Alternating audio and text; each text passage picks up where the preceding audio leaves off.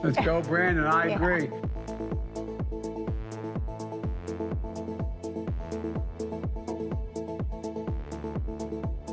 Very nice.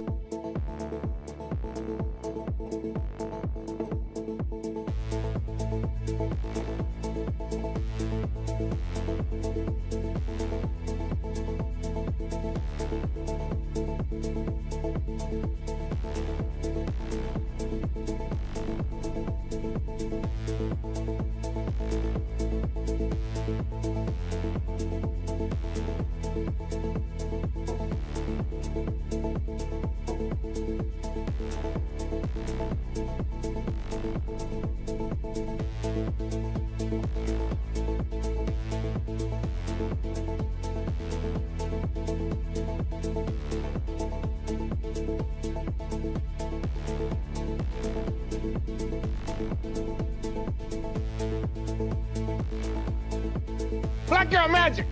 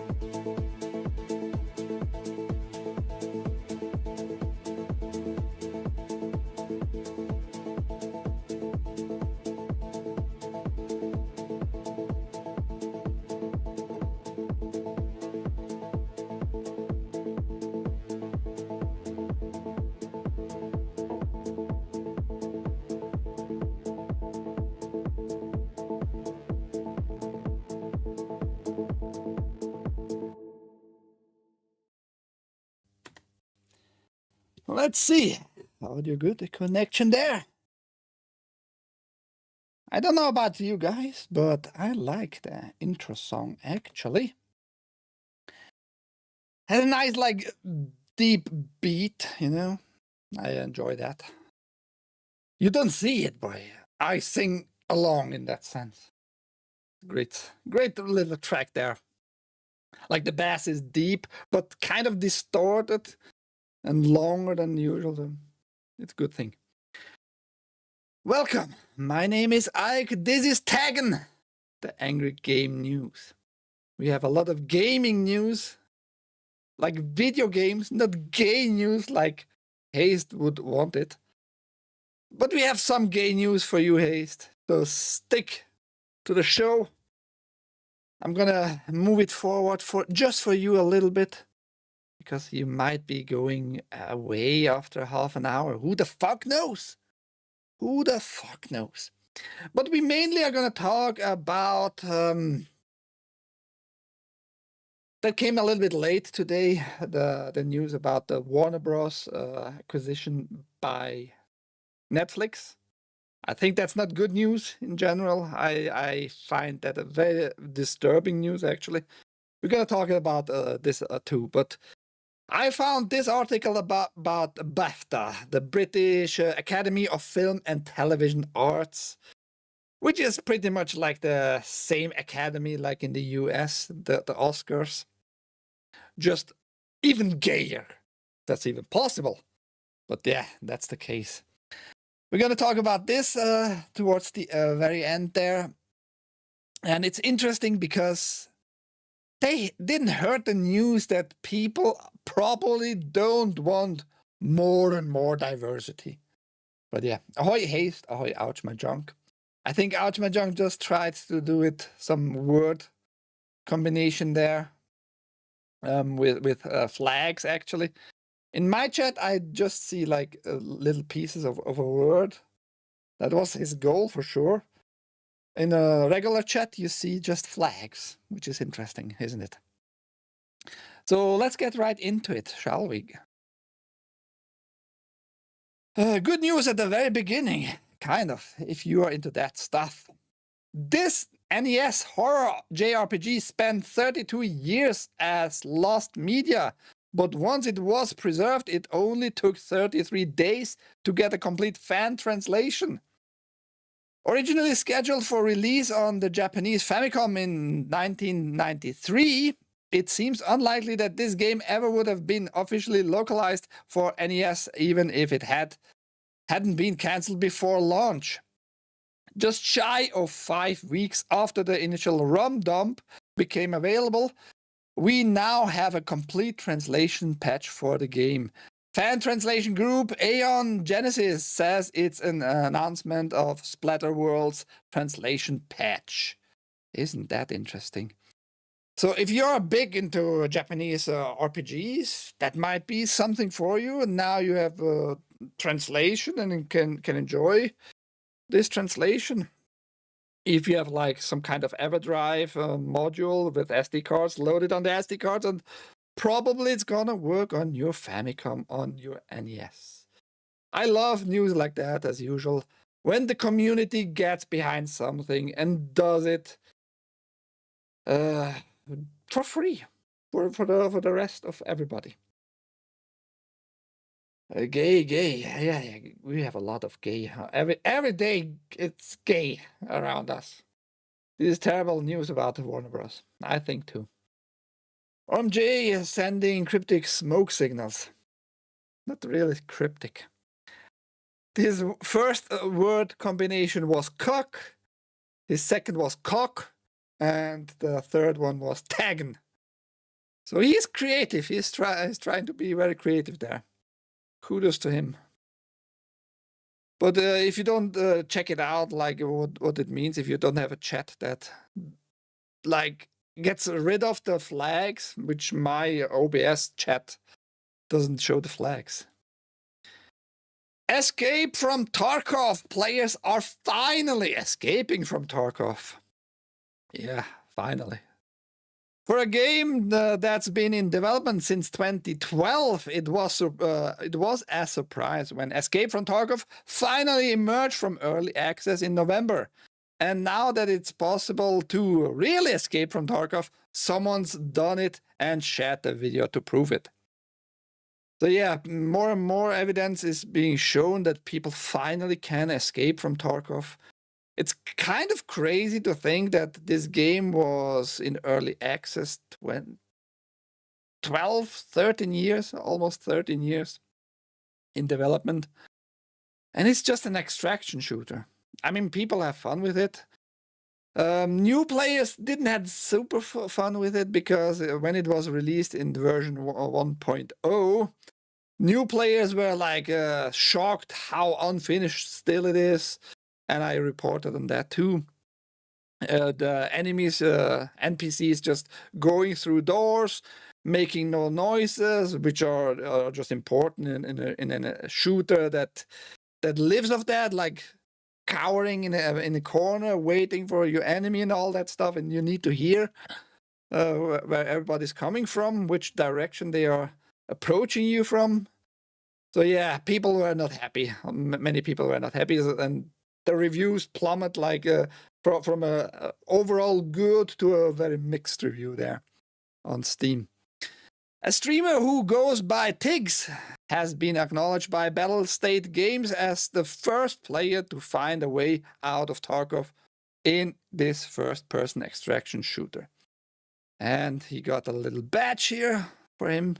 Tiggs escaped from Tarkov and survived. It's only been possible to escape since the game launched out of early access last month, but the developers didn't make it easy. Each attempt costs $5 million, and the final quest looks like it's ridiculously over the top. And as far as I understand the game, you can like, it's a survival game in the end, so you're gonna collect stuff and make little tools for yourself and all that stuff and collect money. You can even collect bitcoins and sell that and do little contracts like find certain devices and all that. So many people have fun with it, not for me, but now you see how much money you need to collect to be able to escape Tarkov, finally. I don't know what that's implying here. Are you gonna never play it again, or are you just gonna make it a new character, or whatever you do, and escape again? Probably. Ahoy Beamo! Ahoy Supersonic! How are you doing? When you escape Tarkov, do you break back into Tarkov? I don't know. If you want to know that, look up people who play a lot of Escape from Tarkov. One guy is UrhG Clan or something like that here on Rumble. And the other one is the very, very gay Kevin. It's not his real name, but I named him Kevin a long time ago, and it's just going to stick with him. I know his name. I even slept on his own bed just in real life in Las Vegas. Whatever happened in Vegas stays in Vegas, right? Admiral Smooth here on Rumble. But he has a very gay TTS open all the time. But if you want to know more about the gameplay of Escape from Tarkov, I think those are like those streamers here on Rumble you should check out for that. But yes, finally people can, since it was released, escape from Tarkov, and you get a trophy. Fallout, the new Fallout season on Amazon is gonna come out this month. I think about 1-2 weeks, something like that, towards mid-December, end December there. First season was okay. I'm gonna watch the second season too, because I think she has crazy eyes. She doesn't look bad in that sense. I just hated the Brotherhood, how the Brotherhood is depicted. But anyhow. So Bethesda, I think, just thinks, yeah, we need to make some money. We need to take this opportunity. And they made a little bit more money. They sold some more copies of all kinds of Fallout games when the first season was aired, you know? Aired, lol. When the first season was streamed. And they're going to do the same, and already like making some offers to you gamers who have too much money. Fallout New Vegas getting a 15th anniversary physical re-release. The new season of Fallout kicks off later this month on Amazon Prime Video, and fittingly, fans of the show and the video game source material can pick up a brand new bundle celebrating Fallout New Vegas' 15th anniversary. This new $155 physical re-release of the beloved open-world RPG includes a copy of Fallout New Vegas Ultimate Edition for PC, along with a collectible memorabilia that looks like it was pulled straight from the Mojave Wasteland.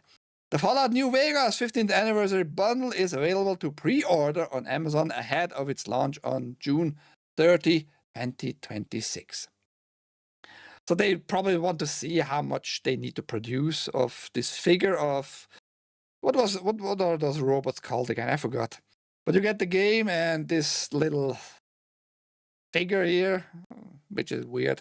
Some kind of badge and postcards. Pretty steep price in my opinion. $155 for maybe I think still Fallout New Vegas is a little bit less good actually this time than Fallout 3. I played Fallout 4 the most though, and we're gonna come to Fallout 4 in a second here. So a high price, $155 for a game that is not worth more than $2 itself. Sometimes you can get it on sale on GOG, DRM free, for about $3 on GOG, which is great. Go get it there if you want it and you don't have it yet. And this figurine for $155. That's expensive. But if you are a cock of Bethesda and Fallout in particular, you're probably gonna pre-order. I like her in other shows. I don't know her from other shows though. I really don't know. Sweet Pea was pretty good. Sweet Pea. I bet you want some Sweet Pea. Haste. First season could have been worse. Yeah, it could have been also way better though. It was pretty bad in my opinion. Yeah, but your opinions are often very weird, Haste. Everybody knows that. Fallout 4 blows. NV is best and 3 second best for the 3D Fallouts. I mean, I played 4 because of certain reasons. Mainly it drew me in because of the building aspect. And that's what the next article is about, actually. Which I was kind of very surprised. Ghost in the Shell director is obsessed with Fallout 4 and killing the Brotherhood.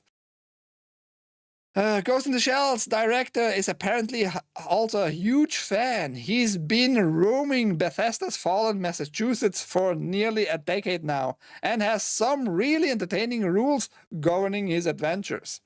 The filmmaker and genius behind the 1995 sci-fi anime classic has been documenting his 8-year journey through Fallout 4, post-nuclear. And it doesn't involve following the main story, which sees the player made protagonist and on a search for their child after they were abducted.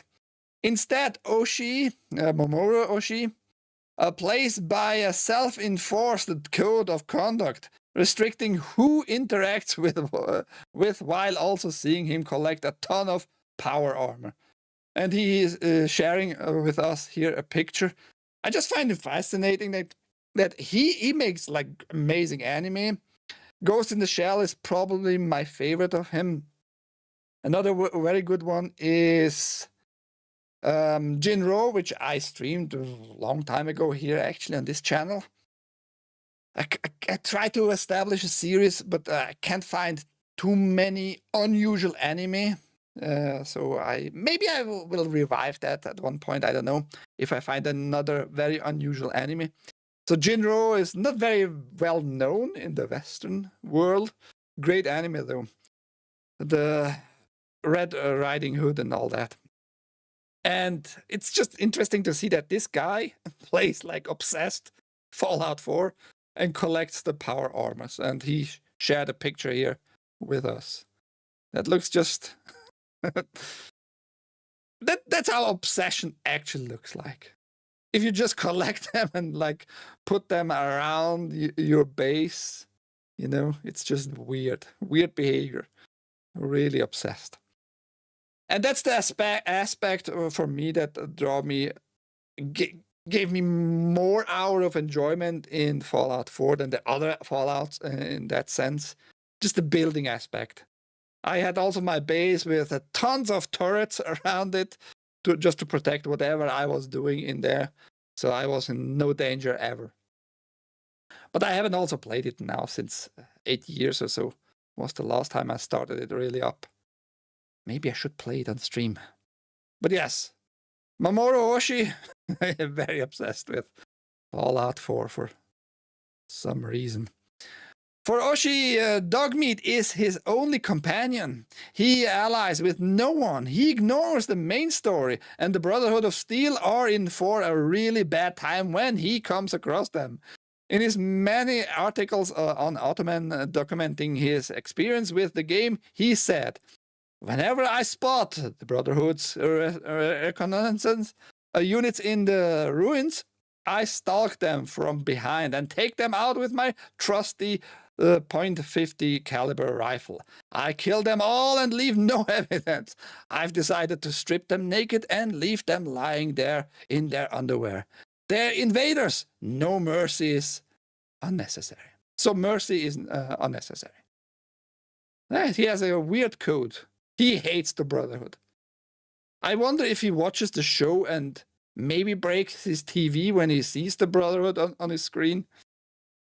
Because he clearly has some issues with the Brotherhood. I just find it fascinating. Just find it fascinating. And even more fascinating that, like, that is being released for pre-order and he has something to say. Interesting. I'm going to replay Fallout 2. That's pretty cool screenshot. It is. I never played Tactics 1 or 2. I'm waiting still for the mod, for the fan mod of Fallout 1, but in 3D of this one guy. I forgot how it was being called, the mod. It's pretty much just a full featured game at this point. But he made like the whole world in 3D and the story wherever Fallout 1 plays. I think the game is called this one place there. So I hope I can witness a little bit more of the lore in that 3D version. Now that's going to be a sad news for our disgusting Haste, because he loves Postal. He probably loves characters in video games who can pee.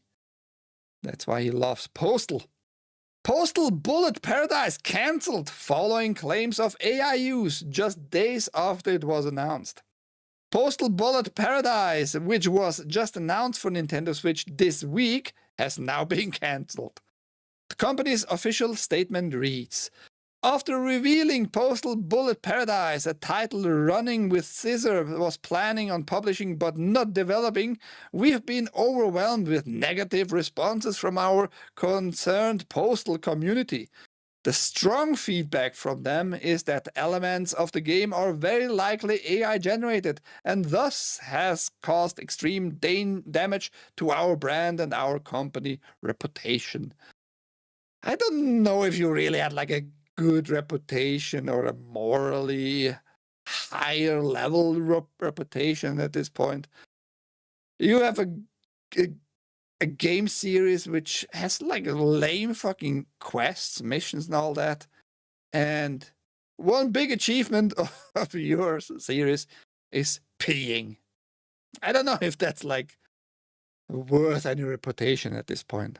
It's fun for the first time when you see it happening, but I'm no Haste. I'm not a fanboy. Let's put it that way. We've always been and will always be transparent with our community. Our trust in the development team is broken. Therefore, we've killed the project. we have a lot of good things coming. Some you know and some you don't. Since forming Running with Scissors in 1996, we've always said that our fans are part of the team. Our priority is to always do right by the millions who support the Postal franchise. Millions? I'm not sure about that either, man. We are grateful for the opportunity to make the games we want to play, and will continue to focus on our new projects and updates coming in 2026 and beyond. We can't wait to share more. Yeah, you shattered the dreams of Haste, man.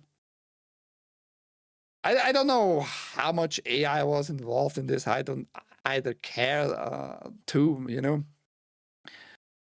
But I guess it's a good thing that they have probably a small community actually, but they take it seriously what the community says, and I appreciate that a lot. When Walking with Scissors sees it like, yeah, this company, we gave the order for developing our new game here, announcing the game in the same week, just like canceling right away. That's pretty brutal though. Pretty brutal. Like, you wasted money, and that's never cool. Wasting your money on a product and you not even can enjoy it. I grew up with Postal and Postal 2, great games. They are not, but you are also entitled to your retarded opinion. Haste. No worries. Postal Brain Damage is good too. I don't know about that. Ice Cold. Hey Ike, Father Russell has some stuff to send you. I told him to get a hold of the Sarges for the info. I told him via email, and he replied back to me and said, okay, all good. And why can't he come in and whatever? I'm not running after certain stuff, whatever. I told him, he replied via email. It's just weird. So, whatever. Let's get to serious news here, because that's gonna impact like the whole globe at this point, and it's really also bad news for everybody, especially for just regular people. And it shows where the way leads, though. This RAM crisis is looking like a nightmare for the PS6. And I talked briefly about it. I showed you like how it looked on my end. When I told everybody, roughly about 2 years ago, I built this new computer. Had bought RAM. It cost me converted about $170 US. And today it would be literally 3 times the price of what I paid back then. So the price of RAM has gone quite up, and it can go only down when certain corporations just don't need any RAM anymore and didn't buy it up like in mass production. Like half of that production goes to this one only corporation for 6 months straight because they have a contract and shit like that. So let's see how the future is going to be for RAM. If the situation is going to change in half a year again, or a year, and the prices are going to drop again. If I don't know. You never know about RAM, actually. I talked about that always too. It's not been an easy generation for console manufacturers like PlayStation. Sony has to contend with the coronavirus pandemic and the impact that subsequently had on supply chains. Then it's had to deal with rising component costs and US tariffs. And now it's navigating a RAM crisis. While word is the platform holder has stockpiled the parts it needs to keep PS5 affordable for the foreseeable future, it looks like the crisis will hit everyone eventually. Micron announced overnight that it will cease supply RAM and memory to consumers by the end of February 2026, as it reroutes its products to supply AI-driven data centers instead. We already know prices have been soaring due to AI, OpenAI's deals with other manufacturers like Samsung, which will see it buy 40% of the world's global supply of RAM, and now less options will be made available to consumers. While this is likely to hit the consumer PC market hardest, Sony is absolutely going to be impacted by rising costs. As a major manufacturer, it obviously has an advantage over regular consumers, as it'll be buying parts in bulk and will benefit from economics of scale. But it's just another potential impending headache for the PS6. Yeah, I mean, maybe they're like having enough for PS5 right now. Prices are still rising slightly. And in half a year, maybe they go back down. And in the deepest dip after that, maybe in a year, maybe. Like I said, nobody knows. Nobody can know, really. Sony can buy like in bulk again for very cheap, just like they did with PS5 RAM. For the PS6, who knows? Hopefully. At least for gamers who want to buy the PS6. We can hope. If you look at price trends for the past 18 months, you can see RAM prices have jumped by an almost unthinkable amount over the past 8 or so weeks. They have, yes. Amidst a pricing apocalypse, one of the gaming's best memory and storage brands has made the difficult decision, my ass, to abandon its consumers. Yeah. Because he is up like 2 a.m. and here, like I said, he has emails. And he replied, "Oi, Sarge, my kitchen bitch is lurk listening while preparing lunch." How you switch roles for once? How about, dear Sarge, you pick up a cooking book, and try.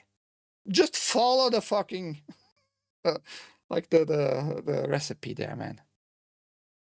It's not always easy. Some cooking books are dog shit, like really bad written and tell you afterwards what you should have to do, like while you're preparing and stuff like that. But yeah, pick up a cooking book. Give her a break for once. She's an old lady. She's old and has no idea about gaming. I mean, I guess more than you, though. But she taught her daughter very wrongly.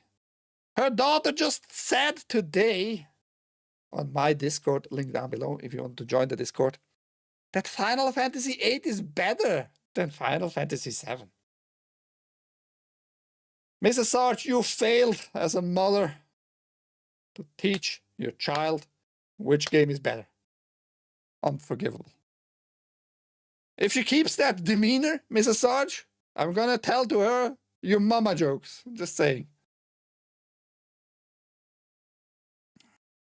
AI likes getting I mean, the thing is, OpenAI is right now the one that buys like billions and billions of chips, literally, for OpenAI. And OpenAI is the company which the CEO is named Sam Altman or some bullcrap like that. And he's very gay. And he is using his OpenAI, his large language model, his system, to make it happen in the very near future that you actually can grow children, genetically modified children, according to your wishes, in like pods, making babies without real parents. I know, man, it sounds like what the fuck, but that's actually the theme of Superman. If you look back to Superman, how are people made in the world of Superman? They're not being, oh yeah, Kal-El, yeah, Kal-El, come on. No, that's not happening. They are doing like just putting genetics together and making babies in pods. That was even depicted kind of in the original 1971, 72, the original, the good Superman movies. How the babies are made there. And that's what Sam Altman wants to do with his system. So very bleak future we have actually upon us. We shouldn't support ChatGPT at least. Get away, try to get away. If you want to use OpenAI, try to get away from ChatGPT, because that's one of the main things he's trying to establish with his OpenAI platform. It's disgusting in many regards. Because he's gay, he bought at one point also a baby, just like Dave Rubin, just like one of the very famous YouTuber. All those gay couples buying babies is just very weird. I'm gonna repeat that. It's very weird. It's very weird. And if you support that shit, fine, but don't expect me to go along with it and not call you out. That's all I can say. Cookbook would require reading. I'm illiterate. You are not. You're just a lazy bum in that regard. I'm going to repeat that. I hate ads, Sarge. Don't read ads anymore, by the way. The creator program of Rumble doesn't require ad reads anymore. Just raiding others 5 times a month. Unique raids, how they call it. I don't know what is unique about that, really. But he has fucking ads on his streams. In the sense of when he shows anything on his browser, I see fucking disgusting ads. He has the ability to use ad blocker. But it's too much for him to click on a fucking continue button. What's wrong with this old dude? He literally likes it more to see disgusting ads, and some Rumble ads, like animations, are really disgusting. Why? If anything pops up, I almost never see those pop-ups. But in his world, it's not even a pop-up. It's just a screen. Yeah, we can't display the ad, and you click on continue. That's everything you need to do. You don't see any ads, and it's 99.995% of all times it always works, and every page works. But yeah. But he knows better. He knows better. Ads are good. Ads are good. Too bad, cause I've only bought Micron for quite some time. I mean, the chips Micron itself, they can be on any RAM manufacturers, you know. There are not a lot of like chip manufacturers themselves, not like the whole RAM stick, but chips on the RAM. Micron is one of the biggest one. Hynix probably. I don't even know if Hynix has not been bought up by Micron at this point. I haven't looked it up for quite some year now. And Samsung. I know pretty much of only those big ones. And it's just not good, man. Our situation is really not good. I think Sarge might be competent to make a cereal. I don't think I'd let him boil eggs, though. He's boiling his eggs every Saturday in the Turkish bathhouse. Never forget that. What? Final Fantasy VIII is better than 7? No, that's... I think she's bad raised.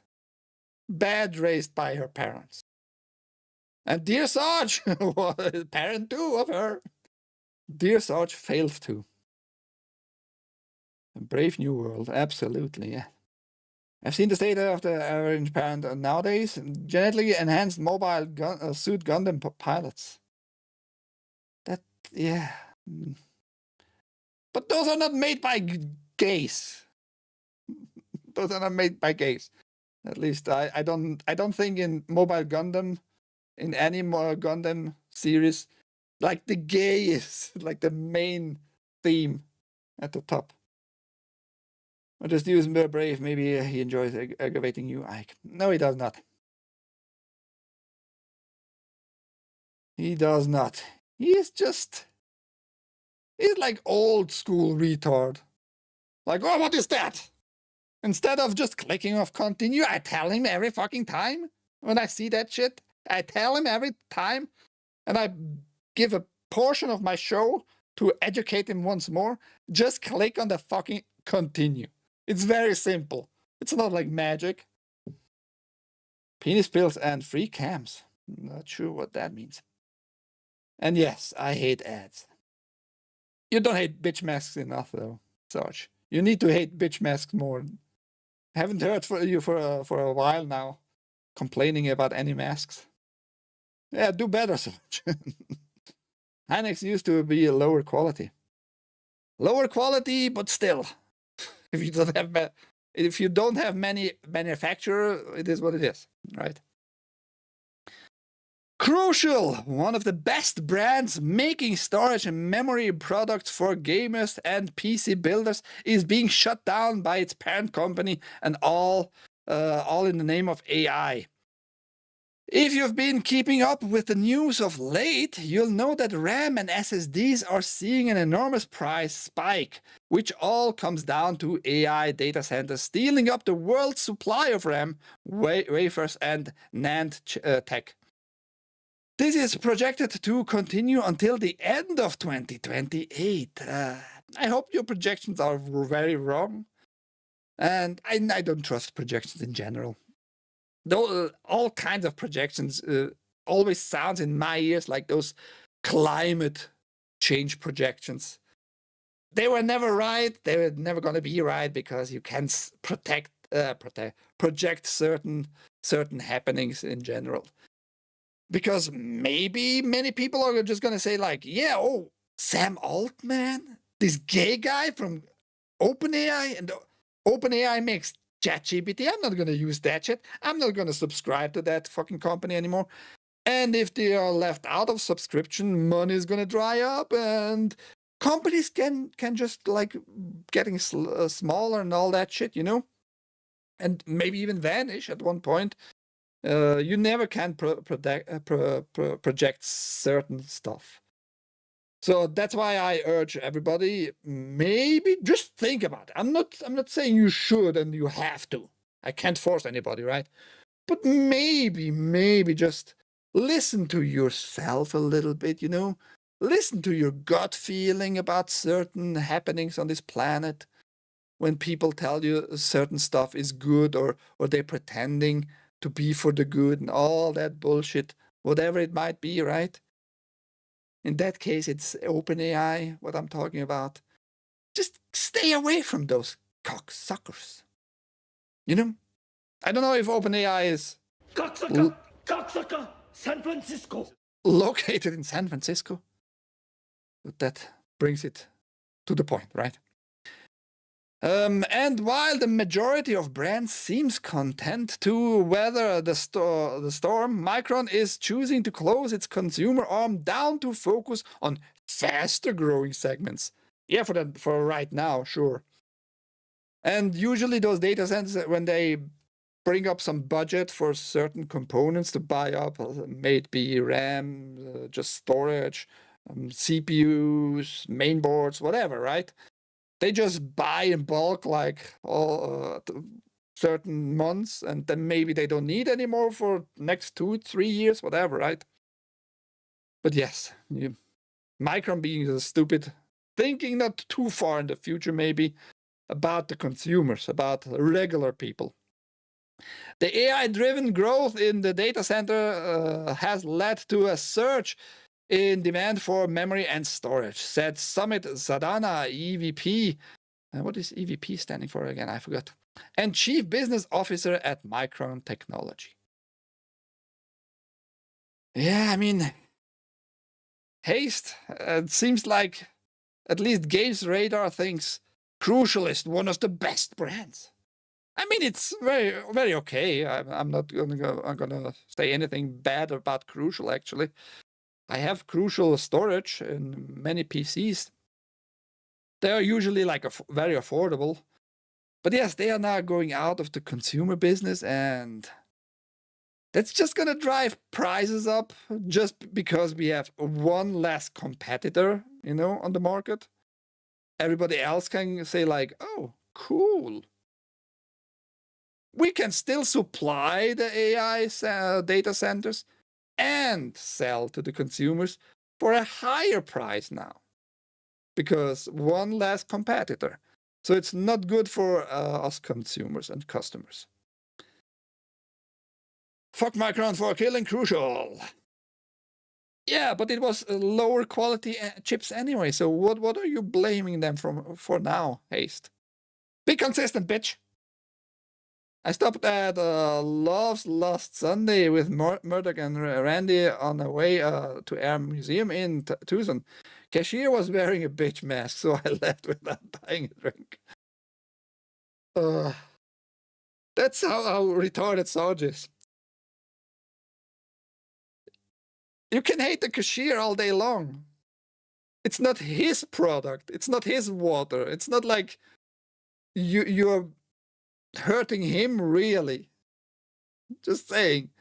You're hurting yourself at this point more than him. If you want to hurt him in some way, which you obviously wanted. You could have bought the fucking water and just not talk to that faggot, whatever. Just saying. But that's... in some regard, he's like extra weirdly retarded. But when it comes to bitch mask, he can be like kind of weirdly also consistent about his hatred. Wish the trucker stops closer to where I live. 32 ounce frozen coffee with like $2 is always awesome. If something is sounding too cheap, it might be too cheap. Just saying. Sounds like a winner. Also, cold coffee. I think you might be a little bit gay if you like cold coffee. That's why I drink only my tea when it's hot.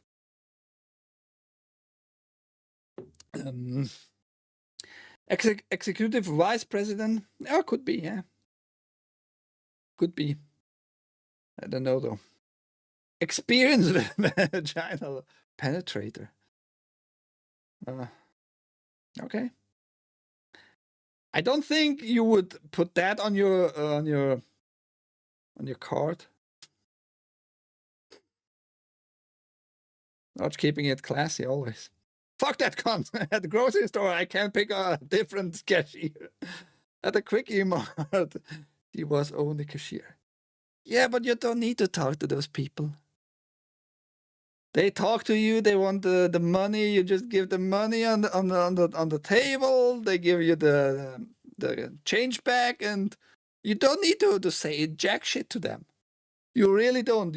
You're not obliged to talk to them. Really not. Really not.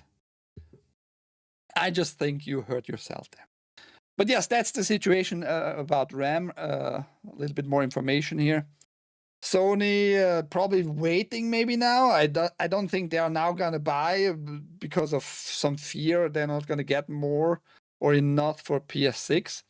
I think they're gonna wait. I think they have enough experience as a manufacturer of consoles because they are now producing PlayStation since the mid-90s, you know? So they know a thing or two about certain components. And Sony is a big corporation still, you know. They might just build up their own production, you know. Could happen. It's not out of the possibilities. Maybe they're partnering up with some Taiwanese company and making a joint venture manufacturer. That would be cool. Because Sony just knows about producing certain chips and all that too. For example, you might not know, but Sony is the biggest manufacturer of sensors, video sensors, or photo sensors for that matter. Like 50% of all smartphones have some kind of Sony sensors for their cameras, you know. So they could just ramp up their own production at one point. Who knows? Would it be better for us as consumers having more competition again? Cold coffee great in summer. No, you're gay. Fuck off, it's delicious and has caffeine. No, it's still gay. You also, I mean, fits together, ice cold and being ice cold, you know, with Dear Sarge. You should meet up at one point in Vegas, maybe. And whatever happens in Vegas stays in Vegas. Once more. Or you can share your experience together. I'm also into the Pip Zero and Diet Dr. Pepper when it's hot. Diet Dr. Pepper. Why you need to be gay all the time in my chat? What's wrong with you people? Diet crap, zero crap. Zero crap has always this aspartame, which makes you more retarded. Over time, just saying. I mean, it's good, better for my channel, more gooder, right? Retards in my chat. Sony can launch PS6 on the time frame they want. I mean, they have to wait for the CPU, GPU by AMD for the new generations. They don't have to deal with Xbox, and Nintendo does it its own thing. But they still right now need RAM. Aspartame. Yeah, don't drink too much of that shit. I was planning to go out there preferably while you were there. Company I was working at closed and kind of fucked that up. Yeah, but I don't want to touch a gaze. I touched another gaze when I was last time by just giving my hand to Sarge's hand. Who knows what he did with his hand? Who knows? This foreign tea bagger is calling cold coffee gay. Deflection. I have no tea bags. I have still some tea in tea bags, mainly for ginger stuff. Those tea bags with ginger taste. Sometimes I use one in my whole hint, you know, here. Leaves. Black tea leaves, and I would say the Rooibos has actually no leaves, but more like needles. Great combination. But since we are with gay stuff, I guess we're gonna continue with gay stuff here. Metroid Prime 4 Beyond was made with the help of more than 20 other studios, including Luigi's Mansion and Oblivion Remastered devs. I think you have the same saying in English, like too many cooks, not good in the kitchen, something like that, right? The German phrase goes like too many cooks, over salting the meal, literally, because the next cook thinks like, oh, no salt was put in, you know. You shouldn't put too many fucking deaths in such a product, especially when people waited like decades for this. The credits for Nintendo's latest first-party game, Metroid Prime 4 Beyond, features more than 20 external studios that helped make the game a reality in its credits. In 2025, a discussion around video games has centered on the size of development teams, focusing on the primary studio's full-time employees rather than the plethora of contractors and external studios, without which developing these games wouldn't be possible. Famously, many focused on Clair Obscur Expedition 33, which has a core team of around 30 people at primary developer Sandfall Interactive, while delivering, shouldn't it be an AAA experience? However, Sandfall's payroll doesn't tell the whole story, and if you look at the credits for Expedition 33, you'll see the names of the hundreds of talented people who made such a project possible. Yeah, I mean, sure, like translating the game, voice acting for other regions and all that. That just needs to be done externally, usually by every game these days. If you want, like, want to translate it, if you're not a big company, you have to do it externally. So that's not really good example here or anything like that. The question is, do you spend like too much money maybe on too many cooks here? As spotted by Nintendo Live, not only are 21 external studios mentioned in Metroid Prime's 4 credits, but a number of external and independent contractors. Some more interested names include Next Level Games, a Nintendo-owned studio that develops Luigi's Mansion and Mario Strikers, and Virtuos, a studio that feels like it has assisted every AAA game since the beginning of time. I mean, they make also full games if they get the money and the contract for it and the order for it, the job for it. Best examples, I guess, would be Metal Gear Solid Delta and another game, who cares? But yes, you might not have heard of Virtuos, but you've played its games. The Elder Scrolls 4 Oblivion Remaster, yeah, that was the other game that was fully made by them. Metal Gear Solid, Delta, Snake Eater, Hogwarts Legacy, and Horizon Zero Dawn. I mean, it wasn't done only by them. That's bullshit, though. Or just a sliver of the studio's extensive library of hits that it's lent its talent to. Despite these omega successes, Virtuos laid off almost 300 employees this year. And more shockingly, that gigantic figure made up just 7% of its workforce, which is about 4,000, blah, blah, blah. Requiring help from other studios isn't a bad thing. The more developers in full-time employment, the better, tells us Games Radar here. But Metroid Prime 4 shows that even famously insular developers like Nintendo expand development well beyond its borders. And I don't know how well Metroid Prime 4 does.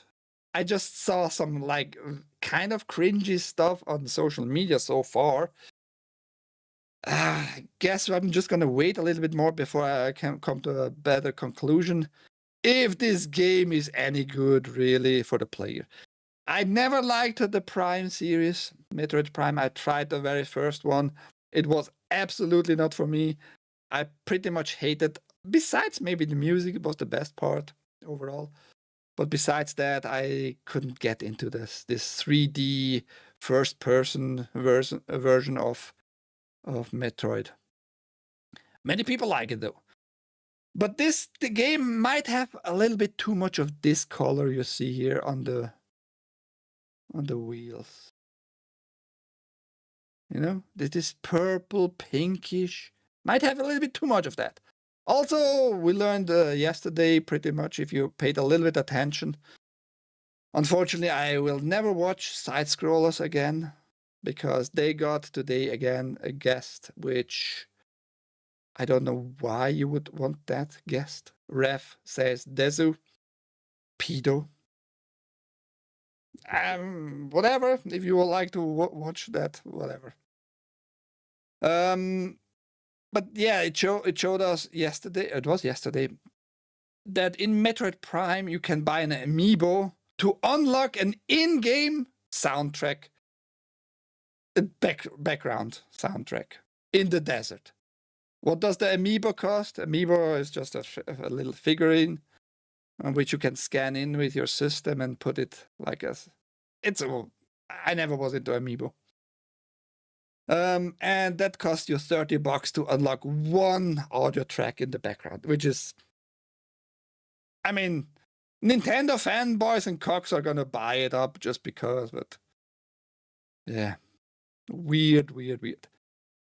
So I don't go along that more devs are better. Full-time development studios, external development studios are better for a product. I think it might be actually the opposite, very much so. I don't think more people, a bigger studio and bit more studios, plural, gonna make this game a bigger success. Long development, and I mean, if the game is good, if the fans can enjoy it, I'm all for that. But it doesn't feel to me so far, especially after I read this that so many studios are actually worked on it. Let me go back in the chat a little bit. I can enjoy ginger tea bags. I wouldn't say enjoy a ginger tea bags, but sometimes the ginger taste is pretty good. And no, I'm not gonna lick haste for that. Absolutely not. Metroid Prime 4 looks fun. I was watching someone on Rumble playing it. Soulless teabagging. Soulless teabag. Calling haste soulless. So you're saying I'm a rooster sucker because I drink cold coffee all summer here in hell? Yes, Mrs. Sarge. You are absolutely a cocksucker. Everybody knows you are a cocksucker at this point, and you're proud of it. Don't pretend any way different. Back to the bitch duty, or how she typed it, biscuits duty. Biscuits duty. McDonald's doesn't fuse enough salt on their fries. Why do you say McDonald's? What is? Oh, you mean about the too many cooks? The last time I got anything from McDonald's was 1.5 years. The first time I went to the US and in the airport back home, on the way back home, I was just a little bit hungry. I got some fries, but I was not proud of it. McDonald's is garbage. I feel like the older I get, the more junk food, the more those junk food chains. Just disgusting food, man. I don't know. I'm gonna try new junk food in that sense, new chains, but I'm just gonna try. Sarge showed me that other chicken fast food. No, it wasn't not Carl's Jr. It was. Sarge knows the names. It was okay, but I would not fucking waste my money anymore there. Never. I used to hate hitting any McDonald's in the hood. EBT people think that's all this fucking food group. It is. TAGN that this ain't Final Fantasy VII 1997. Yes, the news. But it's the best game ever created, at least for the PlayStation 1. And like I said yesterday, maybe the world should have ended, in 1998 or 99, because we reached peak video gaming with Final Fantasy VII. Also go watch the stream yesterday. I had the opportunity to call out a cocksucker, very often cocksucker. I enjoyed it, kind of. Oblivion Remaster has a nasty memory leak, even on consoles. That sounds about right, because Bethesda, in the end, it's Bethesda inside, right? And they made a weird mixture of the old engine, infusing it into Unreal Engine, so what could go wrong? What could go wrong? AAA games all suck and full of faggotry. And not all. Sometimes you get a good game here and there, but rarely these days. Oh my god, they trying to use MP4 to virtual signal. Shaking my head. I mean, the one clip that is going around in social media, I just don't feel anything like there was put a lot of effort in making good dialogues. It just felt like the regular, generic, gay stuff. That might have worked when it was like not a thing yet. This super fanboy of the main character, even Samus. Of the girl Samus, of the super soldier Samus. She's a super fanboy and cheers up, oh, it's Samus, oh. That might have worked maybe 15 years ago. Today looks and sounds just gay as fuck. Zero fun, in my opinion. I watch them anyway. Lost for me. Smaller teams make better games. Keeps it focused. Not always. Usually, you can get also a lot of fucking cheap slop there too. Oi, Red Pill, Rebel. Oi, Bentley. Am I the right place for the sausage party? Yeah. Now we have one woman. Oh, we had one woman, but she's an old one. And if you touch her ass, you might get punched in the face with his little wiener, Mrs. Sarge. But usually, yes, big sausage party around here. Noise, hello there. Chick-fil-A, no, Chick-fil-A. It wasn't Chick-fil-A. It wasn't Chick-fil-A, it was it Chick? No, it wasn't Chick-fil-A, Sarge. It was another one. Canes, yeah, there you go. He corrected.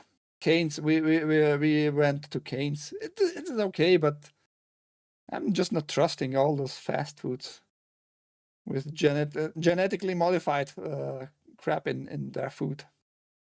When I travel, I usually order McDonald's delivery. Yeah, gay on the go. Haste, good deal. I'm more of a FF8 kind of guy. Well, you are being gay too there, Bentley. What can I say? Sorry. Sorry that you are gay. Why? Why is it a case? Why so much gay in my chat? Always. Unfortunately, heard good things about them. Will admit to have a weakness for Popeyes. Because I love red beans and rice. Was that rhyme intentional? Popeyes closest to me closest to me has gone to shit. Mexican overcook that shit. How can be anything overcooked for you, Sarge? What bullshit are you telling the people here? He wants his shit to be burned in the air fryer to be like black, you know, like literally burned. Because that's the best part, according to his own fucking mouth. He told me face to face, like when I saw that food in front of me that Mrs. Sarge made for us while I was there, you know. And I just told him, well, that black stuff is very unhealthy, actually.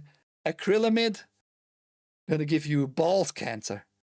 And when he heard balls cancer, that made him listen a little bit more. He said like, yeah, I don't want ball cancer, so I'm gonna go a little bit lower on that. I don't know if he went back. And once again, the black sweet peppers and the black feta cheese. He's a weird fucking guy. He's a very weird guy. I don't know if he realized how weird he really is. I'm not in the hood, but I've seen a huge fight at our Popeyes where the employees were beating up the manager. Did you not record it? What's wrong with you, Ace? These days you have to record all those happenings. Could go viral very, very nicely, make some money, you know, on X with a good fast food fight. Because they think they're fried beans on rice, not chashun, motherfucker. Sweet. Where's Ever Eden? She is probably very asleep. She is in fucking Australia, bitch. Think about others, man. Think about the time, you know, on this planet. It's not always the same time. Because your mustache attracts gays. I don't think so. I don't think so. Don't blame it on hair only. They hate crime chicken near me. What? Because it's smoked. Smoked foods have a cancer risk, but they're yummy. Smoked and burned are two different things. Smoked and burned are two different things. Certain foods you can make it like a little darker, sure. But feta cheese should not be black. At any point, feta cheese should not be black. Really not. With meat, it's a little bit different. Meat is a little bit more okay-ish if it has like black little spots here and there. That's not a big issue. Vegetables also usually being black, no, not a good sign, man. Not a good sign. Be a little bit more cautious about that. Nowadays, everything causes cancer. Do not breathe. You will get lung cancer. No. I mean, that's what everybody says, but food should not be black if it's not like by itself black. But go give your husband ball cancer. He loves ball cancer. I told him also, yeah, it doesn't matter for you. You're not gonna get any new kids, are you? He was like, no, but I still don't want ball cancer. I don't see any problem there. Eden is exactly 12 hours behind me, I believe, about. Yep, might be correct there. You think that at this point we'd build an immunity to cancer if everything made of it? I don't think that cells work this way in general because we produce more and more refined bullcrap processed foods and all that, you know, more genetically modified that the body just has not learned yet of. And people who die of that cancer, new cancer type, you know, the survivors in that sense, yeah, they're going to be more and more immune about certain stuff. But we might be as a species on a very crucial point that either we die all off because of everything is cancerous to us, because we made everything cancerous to us, or we're going to have like superhumans at one point. Hard to say because genetically modified humans are coming up. Brought to you by OpenAI, Sam Altman and his gay, very, very gay cocksucking husband. I experienced hatred about eggplant and shit. No black veg for him. Eggplants are more violet and more bluish if you look at it really. I mean, some eggplants I guess are very, very blackish, but yeah, you can have probably multiple versions of eggplants. How much was really in the 40s, 50s, or yeah. Yeah, but then again, Mrs. Sarge, we back then, generally speaking, had no ideas about like modifying genetically on a genetically molecular level of our foods, you know. So the food was like, I'm 99.9% sure, way more healthier, way more fucking healthier. So keep that in mind. GMO is a real thing. In many European countries, like not very welcome, by the way. Why can't make the US healthy foods again? It's a plan, but that's a story for a different time. You're plus 1 hour to me, Hachmajunk. Yeah, he is very, very east of everybody in the US. But he's also a Canadian, so. I don't know what that tells you, but he is a Canadian. My stomach is a black pit. I believe sharks can't get cancer.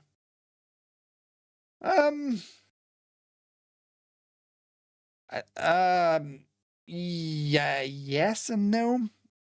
These days, even sharks will get cancer of some sort, but they are way more. They have way more stronger immune system, for sure. Goes also for starfish, I think, or was it starfish? No, starfish you just can cut in half. That was their main ability, and you get 2 starfish, individual starfish, you know.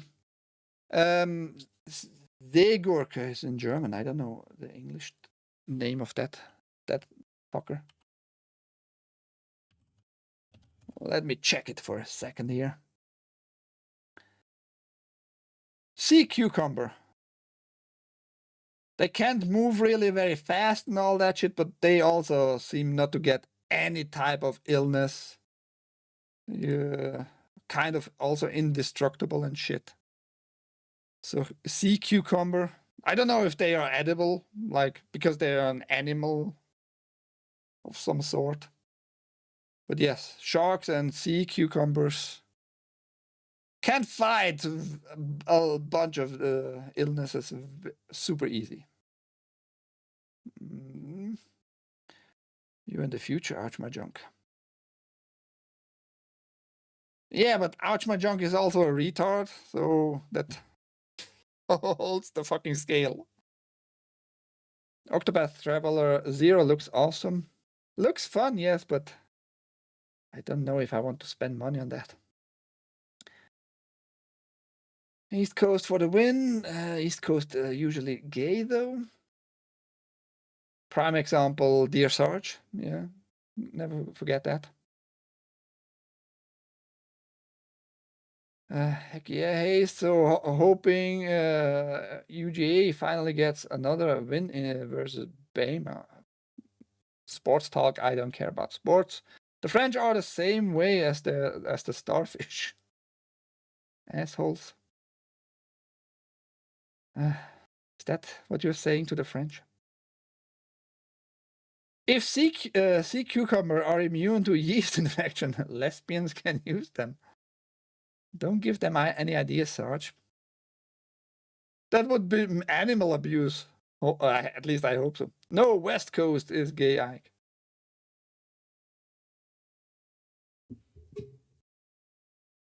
I have no coasts around me, so I'm safe, I think. Anyhow, let's talk about the real important topics of this planet. Amazon's Tomb Raider series is suddenly a huge deal as it promises to reinvent the franchise in a massive scale. Am I on screen? I am on screen.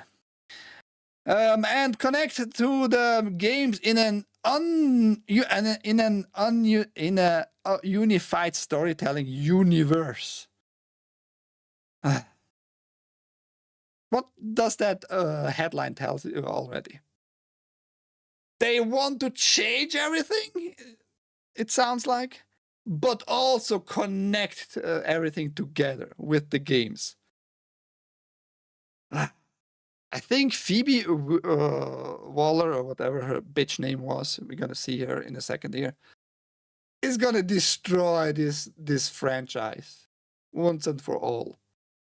And you listening from Amazon's Tomb Raider series has unveiled the surprisingly grand plans for the upcoming video game adaptation.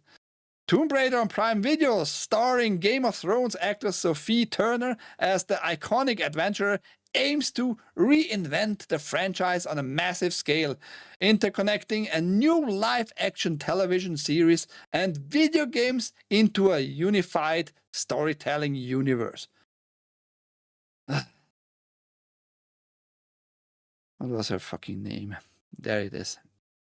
Little else is known about the series so far, though creator Phoebe Waller-Bridge has thrown her full support behind Turner.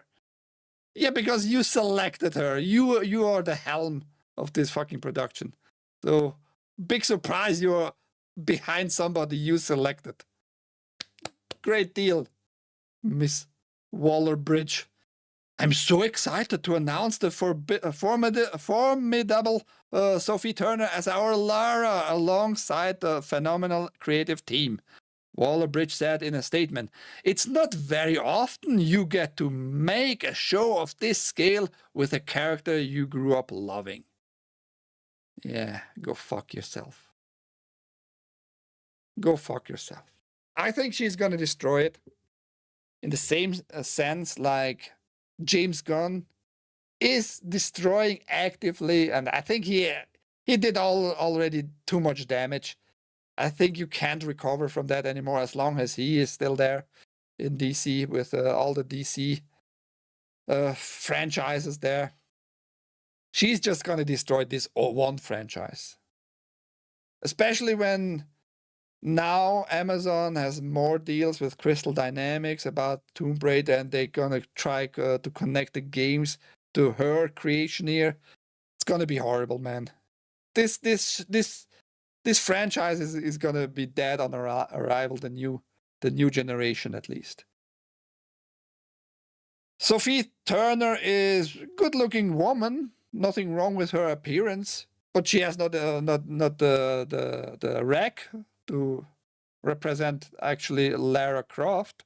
That, in my opinion, but my opinion is retarded, I guess, too retarded. But yes, and Phoebe Waller-Bridge. I tried to watch one of her creations in the past, which was also supposedly a major hit on Amazon. I didn't saw any appeal in it. I tried just to give it a chance. See what is that actually?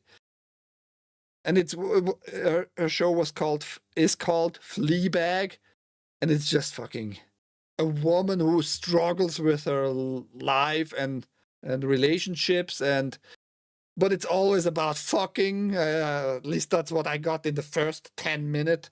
And she can't fuck somebody because of reasons. That's just garbage. Like, dialogue is garbage. She looks okay, but her acting was not like fascinating or interesting or good in any way. Then she destroyed Indiana Jones pretty much, right? Because boss lady, British and small tits, and I'm the Indiana Jones now. I'm the adventurer now. Look at me. No, I don't want to look at you. So yeah, and her next murder case is gonna be she's gonna kill Tomb Raider. I don't know, man. I just don't know why they are so desperately trying to destroy franchises that would work perfectly well. Give us just stupid, fun action with a big titty woman who can shoot, right? Make some retarded jokes, whatever. In an adventure scene, she's trying to find some artifact or whatever, right? Like in the games. But no, we can't have good things. And we just can't have good things. San Francisco is West Coast.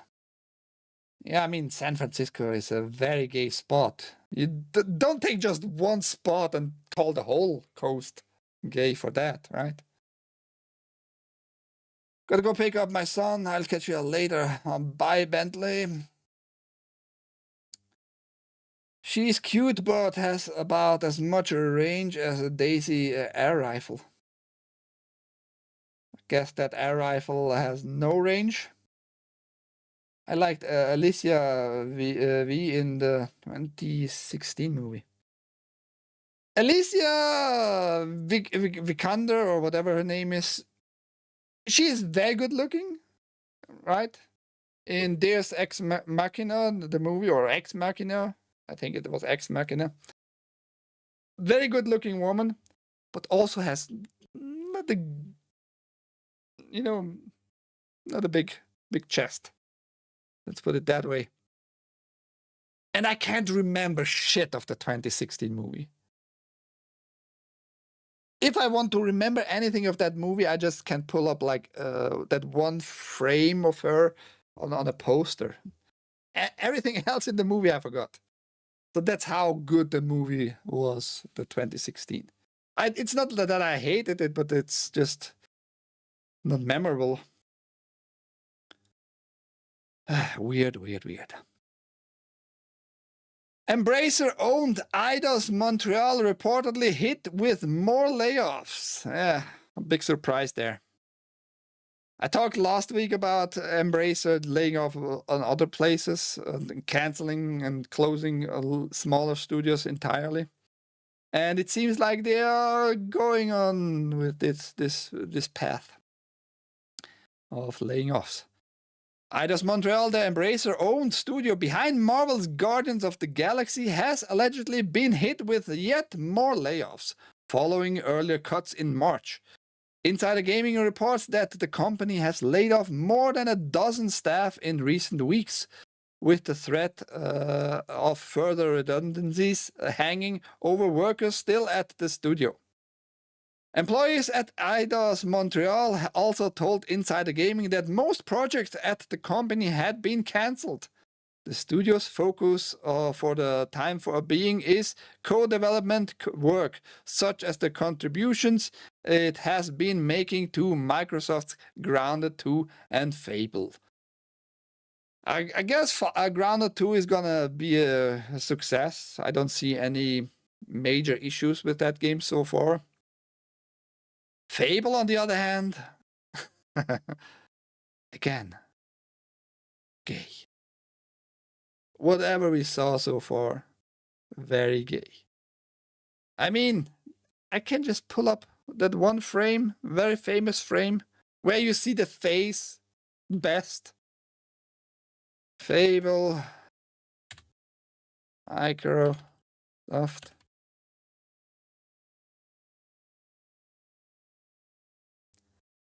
Hopefully we're gonna get the newer versions of the Fable.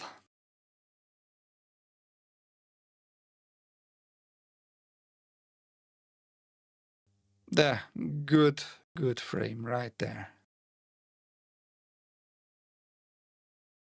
So this time they want to go like only female route, but that doesn't look like it. What the fuck, man? I don't know why I needed to remind myself and you. That's a dude. I know. I showed that off on my streams when it was first coming up. Not even on news shows. That it was supposedly actually a female actor behind it. But that's not the case. It is not that one woman who is playing here. What the fuck is that? Like literally. Are you trying to scare just straight people on both sides of the genders, male and female? Because you are not going to represent any female in this game with that face. Video games are in general escapism. You want to get away from your life, whatever is going on in your life. Everybody has their own problems. And usually we are playing video games because we want to get away from our problems for just a period of time. You know? You want to be the hero. You want to be the good-looking hero. May it be female or male. And if you want to be the female hero, you don't want to be depicted. Maybe you don't like yourself at the very moment. You don't want to see some ugly mirror in the game. Not everybody is super narcissistic. Just saying. So who are you trying to appeal here? People who have zero morality and zero fucking self-worth feelings? Oh yeah, I always wanted to do it with a tranny. Oh yeah, how does that feel? Let's play this weird thing. Just because you made a little bumps here doesn't make it a female. Not really. Yeah, we all know it's not real. It's a video game still. But you had clear intent of depicting this character this way. It's gonna be a flop. But back to Eidos Montreal. I hope you're gonna get closed if you still keep producing that shit. I'm not sorry for any staff. I'm just gonna be honest here. Because you were okay producing that garbage so far, right? So why should I feel sorry for your own mistakes by working on such a garbage product. That Guardians game you streamed looked interesting. Yeah, the Guardians game is good, mainly because it has also a lot of licensed audio. And everything felt like okay, because it was like this weird group, this weird mixture of just individuals. Just like the movies, pretty much. The comics are probably the same.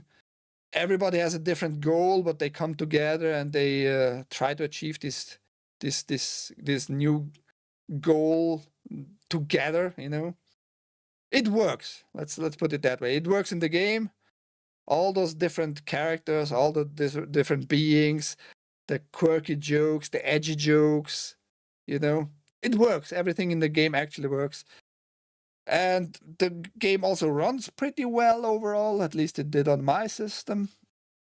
And great audio track, good jokes overall, and interesting story. Very interesting fighting system actually, and all that. So yeah. But this is not gonna work. This is not gonna sell. This is fucking not gonna sell. And all the weirdos, the trannies and the faggots and the pedos and all those really disgusting human beings on this planet, they are not all gonna buy this game just to support like the weirdness, the moral decline, the degeneracy, you know? They are not gonna buy all this game. So you destroy your own fucking IPs once more.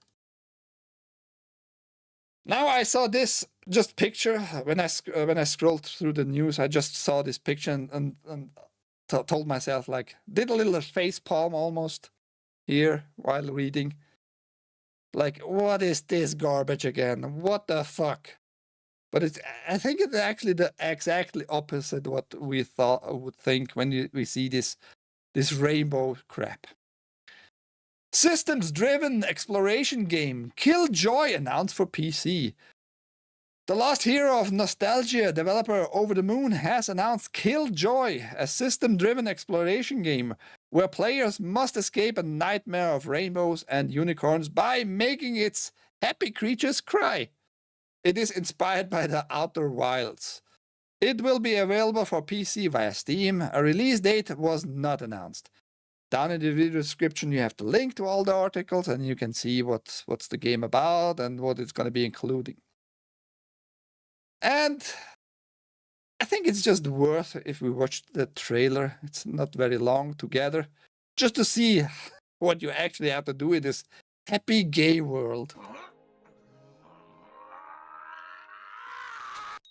This is Killjoy, where you are trapped in a world that looks happy, but is actually an evil prison made of lies. The way to escape? Make certain entities cry. That makes a hole in the happiness and reveals pieces of reality. And you do that by swearing. But here's the trick. Every piss off, unicorn. Differently. Some laugh, some fret. Damn furry. Oh, you're just cranky. Some can't hear you at all. Hateful, ugly, vile, awful, vile, putrid, fucking wretched. So the real gameplay is learning how all these bizarre creatures work, discovering the chain reactions they cause, and using that to break the world open. Of course, there's a lot kind of an interesting concept.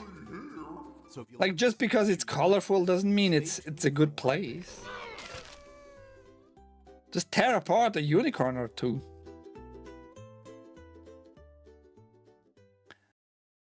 I bet with you, many degenerates of this planet not gonna be happy about this game. Because you literally destroy the joy. You kill the joy. And it's their joy because it's their colorful joy. So yeah, it is a dude.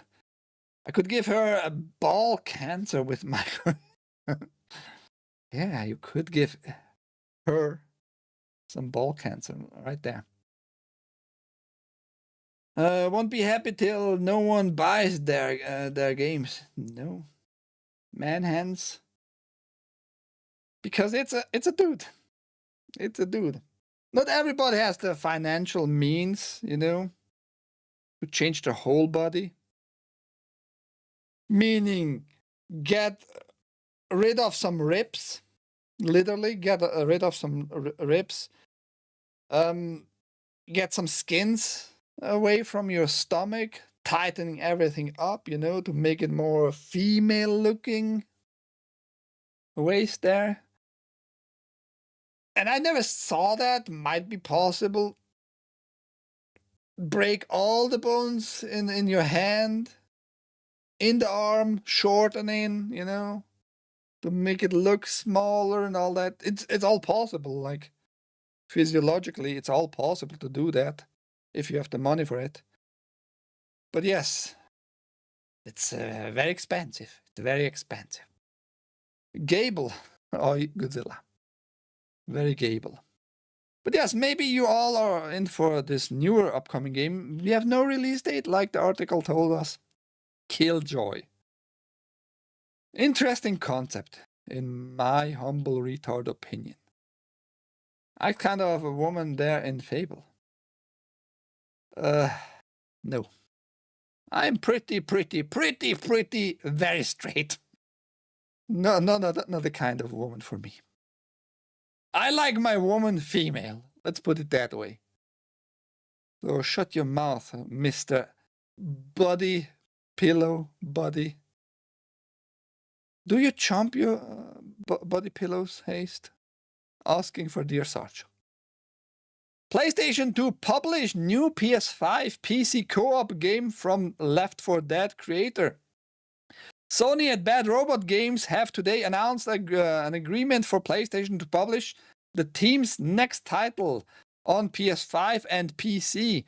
With Left 4 Dead creator Mike Booth at the helm, the project will be a 4-player co-op shooter. With more details from PlayStation and the developer to come, CEO at Bad Robot Games, Anna Sweet, said the team is creating a new universe and partnering with PlayStation allows it to bring it to life. With the support of PlayStation, we hope to deliver a bold, innovative experience that is truly special for players. I could not be more excited that Mike Booth is at the creative helm, crafting a cooperative adventure that will lead to unforgettable moments with friends. I don't know. You have to tell me, guys. I have not looked it up. Was Left 4 Dead 1 and 2 on PlayStation 4 and 5? Maybe I forgot if it was told in the article at the end there. Was that a thing? Because the next game I think was Back 4 Blood, which had the same recipe, co-op and fighting zombies. You know, chomp. Yeah, chopping the pillows. No 360 and PS3. Yeah, I mean, Left 4 Dead is really old, yes. And it's actually the PS3 and 360 era. We're getting all older, guys. We are so old. So old. Kill it with fire! In the dumpster fire. Hugging Mrs. Sarge. Breaded beef in Casina. Sweet city woman. I don't know that track, and I am not sure if I want to right now. But yes, maybe PlayStation players and a new good co-op zombie fighting game will be released. I mean, the recipe works overall pretty well. But you see, it aged a lot. Left 4 Dead and Left 4 Dead 2. Yeah, maybe it's time for a new game. Side note, you most likely heard it, but we need to give the condolence to the left people. Rest in peace. Your soul is eternal. Tributes for Mortal Kombat actor Kari Hiroyuki Tagawa, who has died at age 75. Actor Yuki Tagawa, who played Shang Tsung in the original Mortal Kombat movie, as well as the video game Mortal Kombat 11, has died at age 75. R.I.P. indeed. I don't go like others pretending, oh, yeah, legend, oh. I don't know a lot of movies from him. Yes, I have very vivid memories of him in Mortal Kombat. And the last stuff I saw from him, which we played it very well, and I liked his acting overall whenever I saw him in general, was in the Man in the High Castle, which he played like at the end. I think in the book it goes further.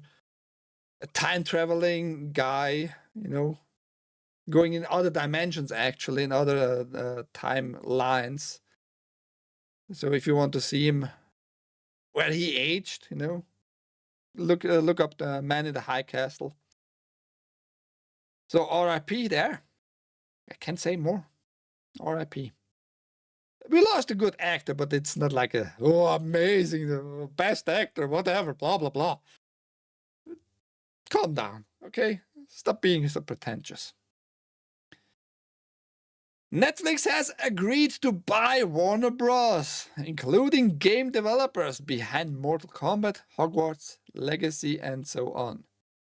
Yeah, whatever is owned by Warner Bros. Is going to belong now to Netflix. It's going to be horrible. It's going to be horrible. Okay, I remember him. Was he in Lost? In Lost? No. That was a...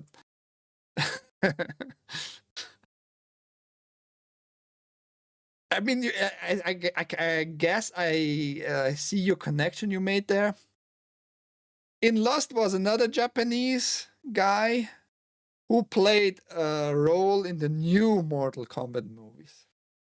You know, that's where you made the connection there. But Mortal Kombat was like your connection point there of those actors. He was in a lot of 80s and 90s movies, yes. Micron giving the finger to regular consumers even though they receive dollars. Yeah, you're too late. You came in too late, Godzilla. We already talked about that. And we don't know if it's gonna play out well for consumers.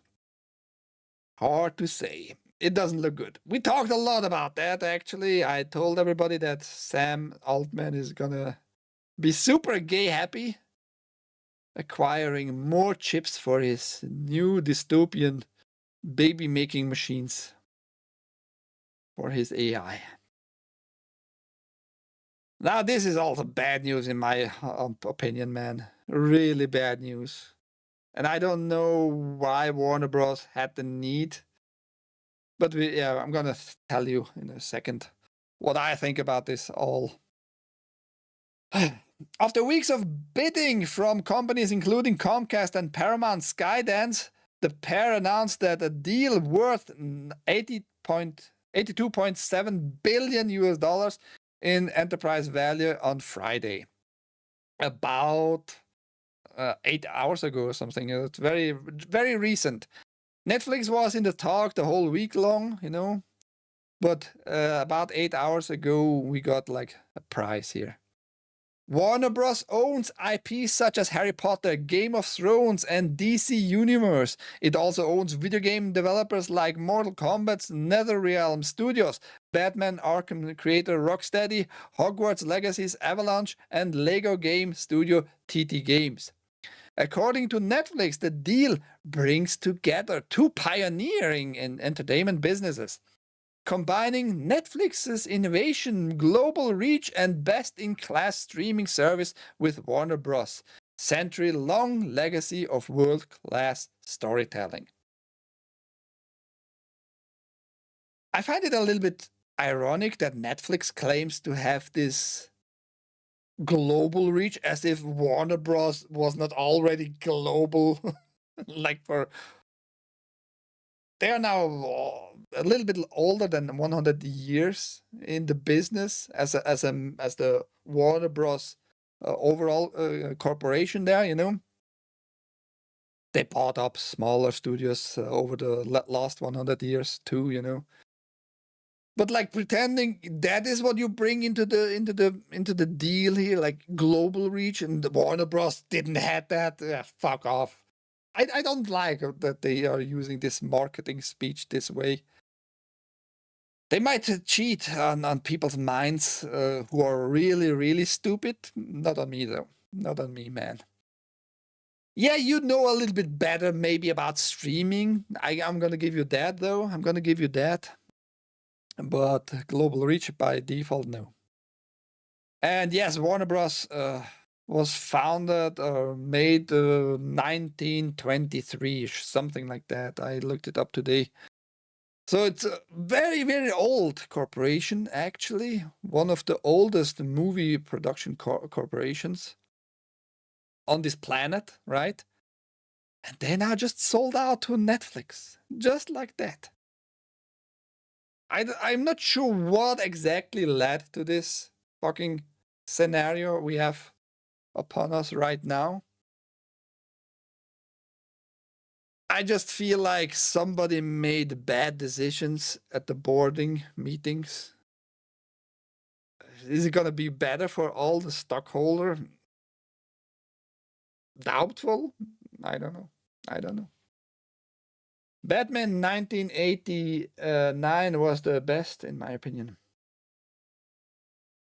Don't remember which one was which year. Netflix will edit Warner Bros. Films. They've done it before. Oh yeah, now the value of already printed and owned media's probably gonna rise over time even faster, even more. Hard to say though, but very much likely. Wrong! Guy in Lost in Hawaii 850 was Korean.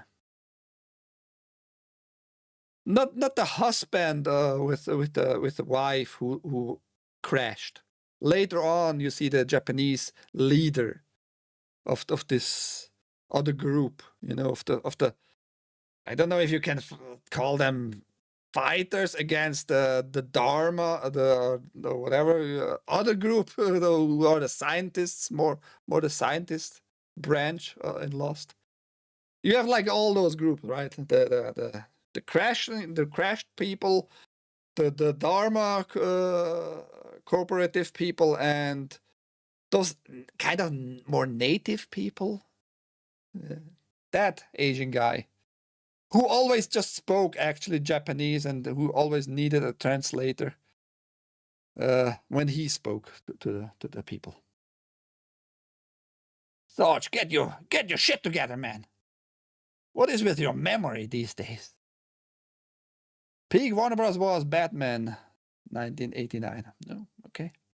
Another media monopoly, go figure. Yeah, we come to that. If it's really a monopoly in that sense, if anything really changed, like for the consumer in that regard. Remember when Time Warner merged with AOL before .com bust? Vaguely, just vaguely. But still, like the Warner Bros. as such was always its brand.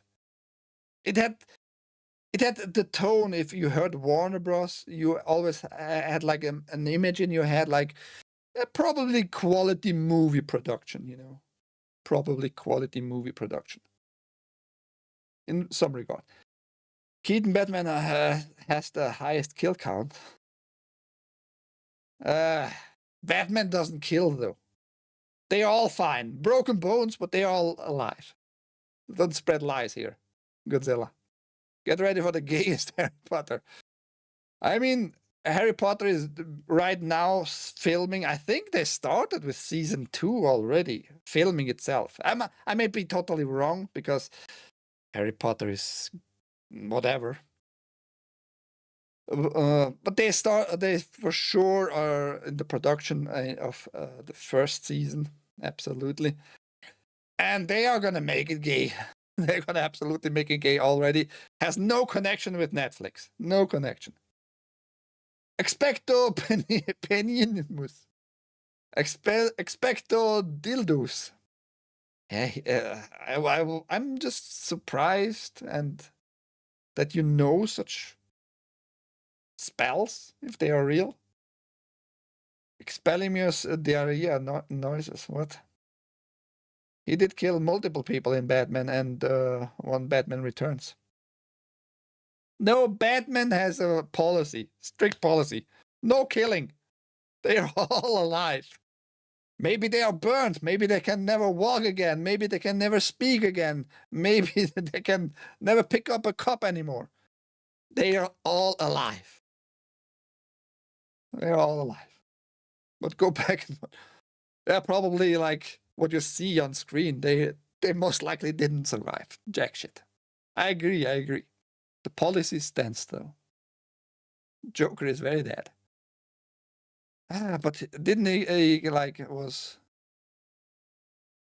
made into killing himself? Nah, I don't remember the movies really that well. So yeah, they now gonna own, Netflix is now gonna own like everything from Warner Bros., which includes all those IPs in the gaming sphere, in the gaming departments. Look, Netflix, you can get certain games for free because if you have a certain Netflix subscriptions have actually games with them, streaming games and all that. I don't know how well that works. I never tried it out myself. So they all already are in gaming in some capacity. But now they own directly all that shit. I don't know if that's a good thing for us gamers in general. I don't know the roadmap of Netflix from now on.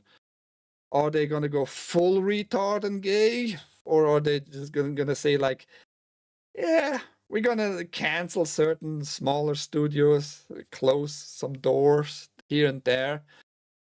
This project is not for us. It costs too much money. This Batman project is not worth to put more time and effort in it, and all that in gaming. NetherRealm is not doing super well anyway in Mortal Kombat's gaming department. Not super well received the last Mortal Kombat 1. You know, they might say like, yeah, we own the rights. We're just gonna keep like a lid on it and not gonna waste any more money for now and just wait what's gonna happen in the future. If people want to see more games and all that, if they are gonna be willing to spend more money on new gay games.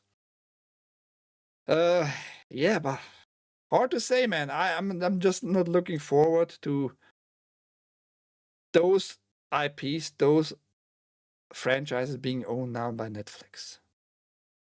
Because Netflix has not a lot of experience in movie production, in owning bigger studios in that capacity. Not at all. They just pretty much have jobs by others who just make, they order a certain series and they're gonna say like, yeah, we own that IP, we're gonna stamp our name on it, but we actually just have requirements. You're gonna use those cameras minimum. It's gonna have this HDR standard included in your footage. It's gonna have the minimum this resolution and that amount and blah blah blah and the diversity shit. They themselves, Netflix, doesn't have like this capacity of making stuff themselves really, you know. Now they are in that business directly involved, and what can go wrong? I see like the prices of the subscriptions going up on both sides because HBO Max is going to be is owned now very shortly by Netflix. So that subscription might go up. The regular Netflix subscription will most likely go up because we are talking here about almost 83 billion US dollars here. That's fucking a lot of money. And Warner Bros., the last number I could just find quickly, what they made in revenue in 2020 was not even 13 billion US dollars. That means to get that money back for this purchase, they need at least 6 decades, something like that. If they just keep on doing what they are doing right now in that same capacity. But that's not going to happen. Usually what follows first when such buyouts come, when such purchases are done, such deals, usually the easiest cutoff, the easiest money-saving measurement is going to be layoffs. Warner Bros. Supposedly has about 13,000 employees, direct employees. 10% might go in the next quarter, financial quarter, after the deal is done, you know. Just 10% laying off, like people, they have no use for them. That's how they save money at the very first initial measurement. So, yeah. So be prepared there. Maybe they're gonna be like, yeah, we have enough gays already overall, so we probably don't need that much diversity. We can lay off those just absolutely useless staff, you know. That's how you're gonna save a few hundred millions probably. Cancel all kinds of productions, ongoing productions.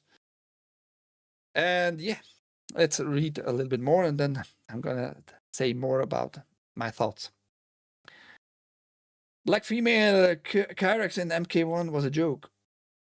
I don't know about the character, but yes, I trust you on that.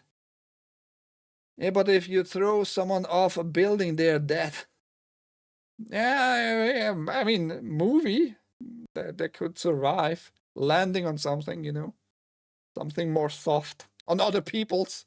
You have just gonna, instead of having one dead, you might have like 10 crippled. There, easy, safe. And so is the guy he threw on the bell tower. Black female characters, what the hell? Why? There are plenty of woman characters of every color. Just to piss off fans, maybe. Who the fuck knows? Toasty, you know. Only because they hate men. That is the only reason. Possible. They gender and race swapped characters, and I think the other is Smoke. Not 30 dislikes yet. No, because... Oh, you bring that up. What does anybody want to hear about new Rumble lore? And how fucked up a Rumble actually is? About viewer butter?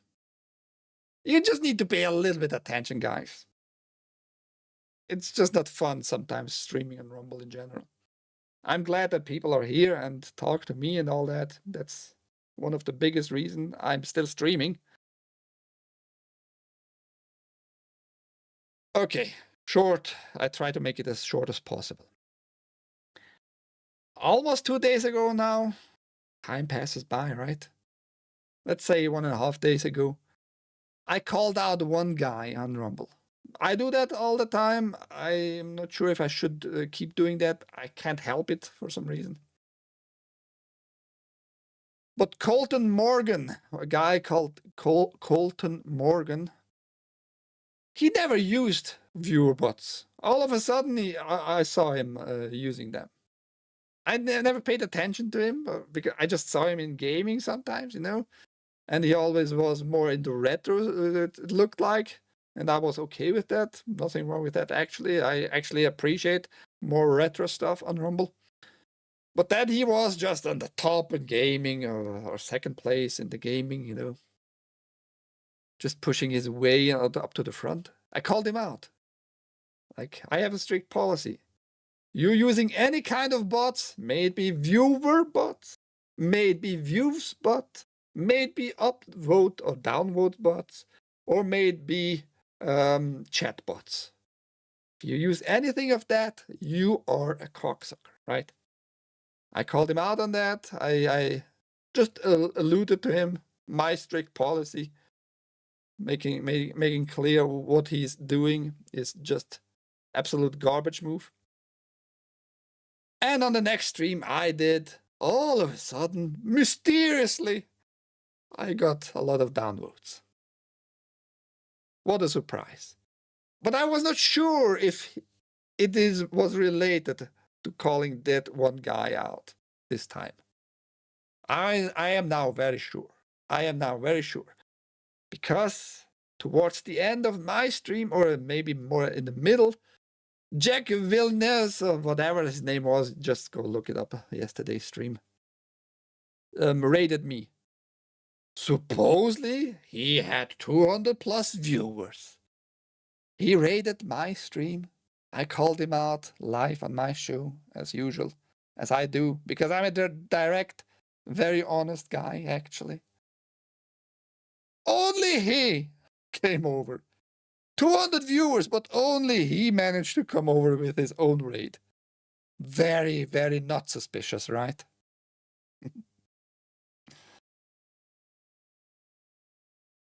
Now, I didn't really research shit. Really not. But for some reason, that comes to me. For some reason, that came to me.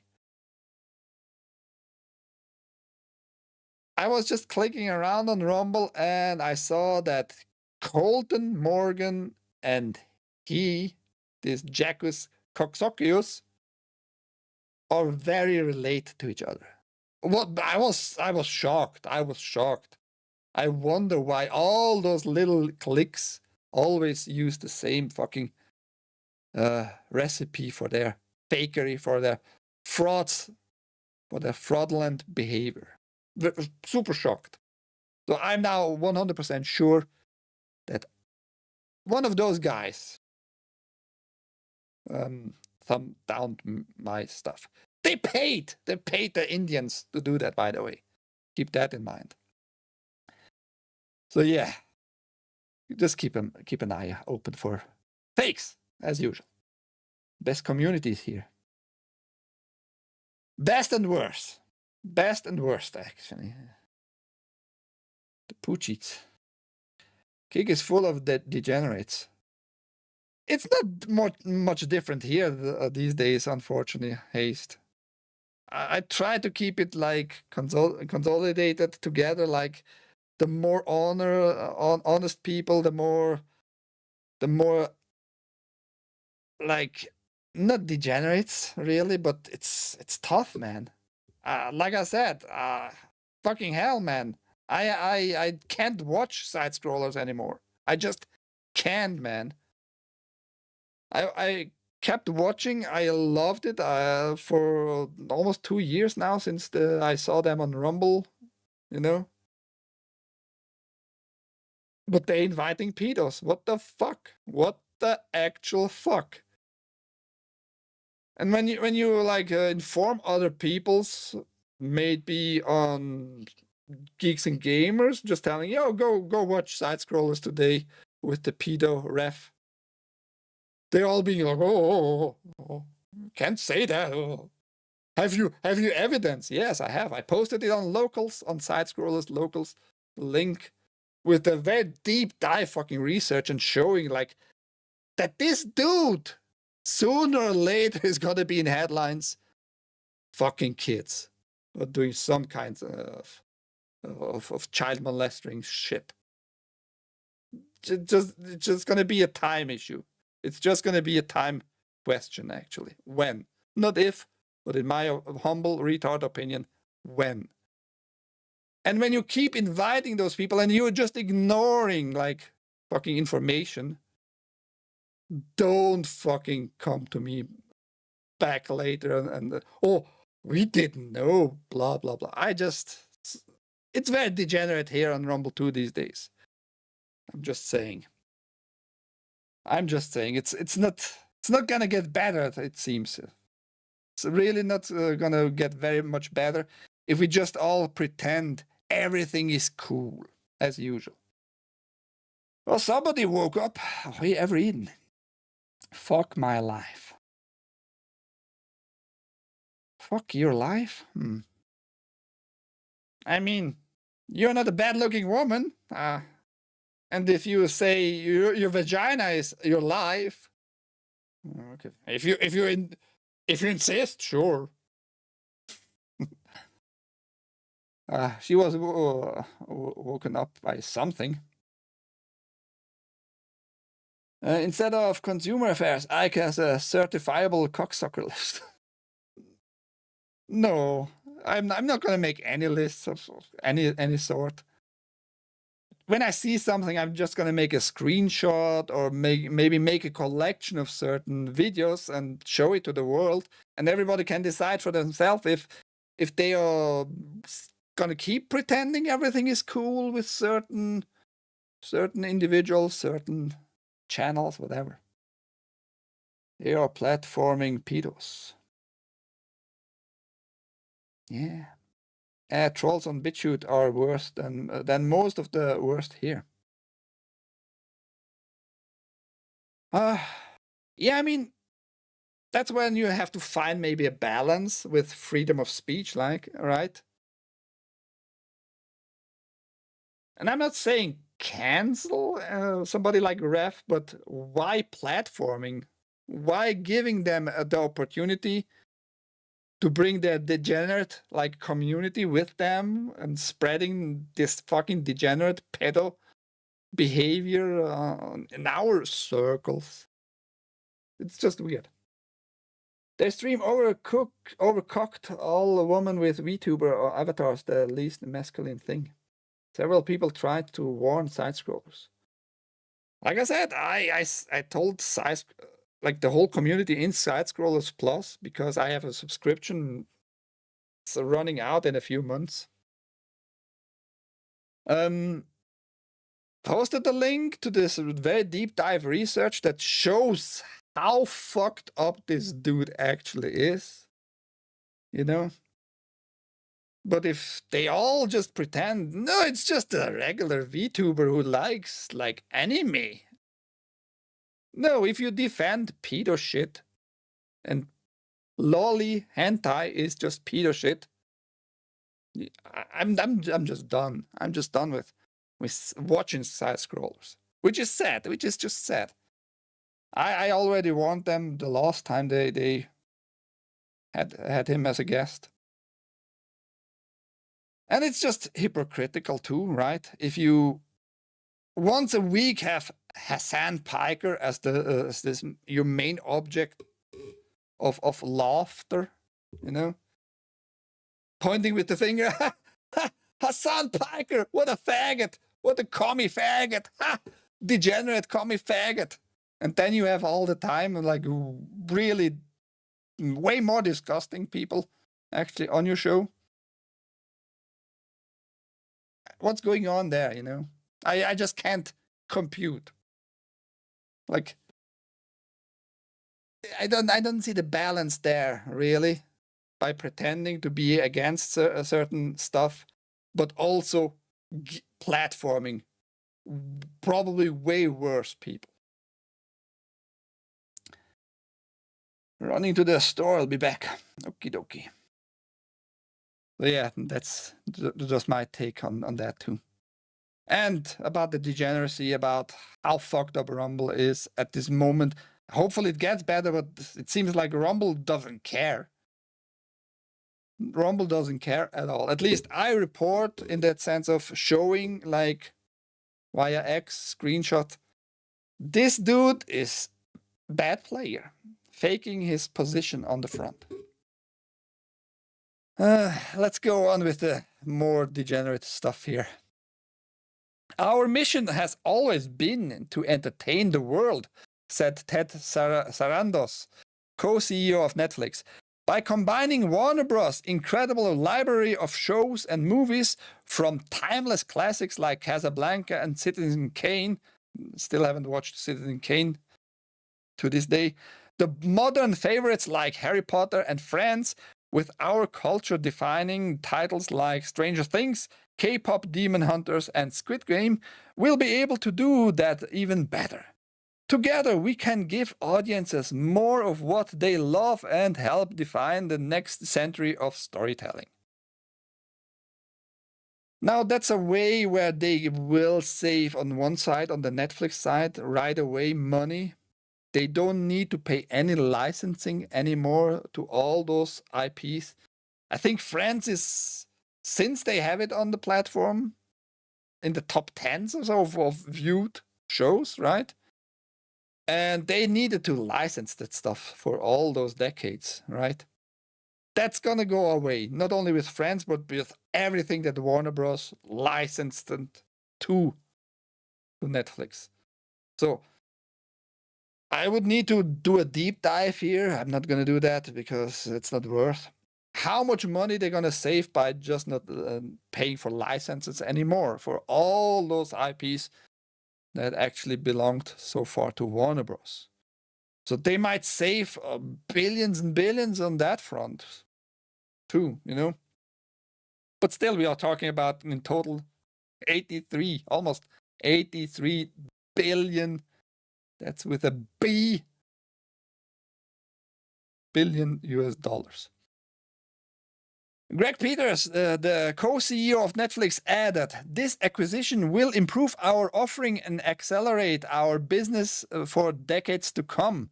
Warner Bros. Has helped define entertainment for more than a century and continues to do so with phenomenal creative executives and production capabilities." David Zaslav, president and CEO of Warner Bros. Discovery, said, "Today's announcement combines two of the greatest storytelling companies in the world to bring to even more people the entertainment they love to watch the most." Possible, yes. Possible. Now I have to remind everybody, Netflix started as this company who you could rent DVDs, right? Very convenient service for very cheap. You got the DVDs in a very thin sleeve. Maybe they even started earlier with VHS, but DVD what made them like this outstanding service company, right? You, for the same price almost, as far as I know, you could have rented more DVDs for longer, right? Than going to Blockbusters or whatever you had in the US. That's what made them big, and then they started at one point with additional streaming to your DVD renting subscriptions. And now they are the biggest streaming service, for sure. But they always had to raise up the price every so often. On average, every 5 years, they were raised up their subscription prices. Now we are at the point you got to pay for your subscription, for regular tier subscriptions, but also get fucking ads with it. So we are going back to actually TV methods. Just with you can watch whenever you want. Big deal, huh? So this acquisition of Warner Bros. Will most likely raise prices of subscriptions too. Will it be a bigger monopoly now? Hard to say. Hard to say. Probably for the consumer, yes. It's gonna be just more expensive, everything. And because Netflix is now the parent company, is the owner of Warner Bros. And they just are a streaming service, you're probably gonna get less and less media anyway. Even accelerate that development in media consumption. It's just not looking good for us consumers. It's actually a horrible place we are in right now. Less media, probably more gay. The DEI is not gonna vanish. Quality-wise, who knows if they are just going to keep up with kind of the expected Warner Bros. Quality. HBO, big like sub company there, you know. HBO usually is also a name in show production. When they started, now what, 5 decades ago in TV shows production, and they have some of the absolute biggest, gigantic hits globally. With in their portfolio as IPs, as franchises, right? Still, now that all belongs to Netflix. I'm not gonna pretend I know can predict any outcomes, but giving Netflix so much IP, so many franchises in their hand to decide what's gonna happen with all that stuff, the ability to decide what happens with a studio, a movie production corporation that is over 100 years old. Nobody can really predict that. It's just weird that all of a sudden that happens to such an old corporation. Kind of reminds me, of course, with MGM, which is slightly older, I think, than Warner Bros., but was just bought up by Amazon. All the James Bond stuff is all Amazon today. Now the question is, can Netflix profit? Can they make money with that acquisition? Or will they say in 10 years, yeah, we can't keep up, man. Everything costs. We can't make more subscription. Every human being is subscribed to our service. The only possible way to make more money is just raising the price, and then we would lose subscribers and all that. Are they going to be bought up in 10 years by Amazon, by Apple, because Apple is raising with his show productions too, rising up? I mean, it's so weird. I mean, you know, I'm not going to go into it now. I know it's all planned. Everything has to be under one umbrella at the end. That's the goal of those fuckers. Everything. And I mean literally everything. Food, entertainment, military, education, medicine, health. Everything has to be at the end under one umbrella. That's the goal. New World Order is the goal. And you can't order the whole world if you have like different companies and corporations. It has to be one. And it looks like we are in a good way, right? And on a good path to becoming one major big ass corporation. How much of 83 billion is cash versus stock? Don't know if they told us here. I had an other article. I deleted it maybe. I think roughly 80% was stock and the rest was cash, something like that. Of course, they are not having the cash by itself, but I think it was 80-20, roughly, something like that. Let's see if I can find it. I had an other article, but the other article was not telling us enough about games, about the video games part. I'm gonna ask Grok, the all-known Grok.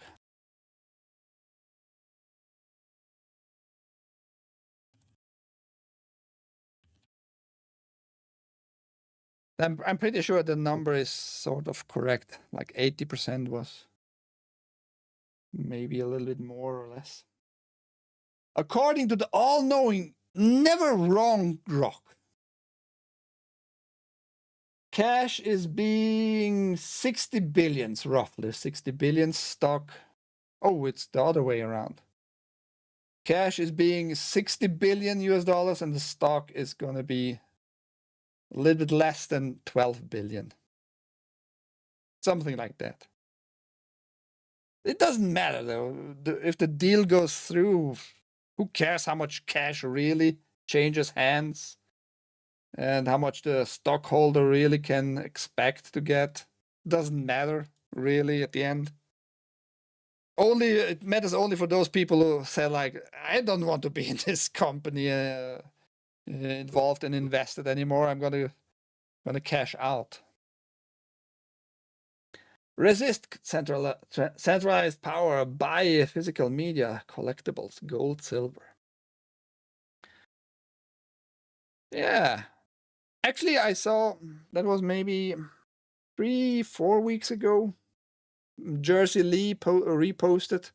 In Arizona, they are working together with a company to making like gold, cash, gold bills, actually. They are very thin gold notes.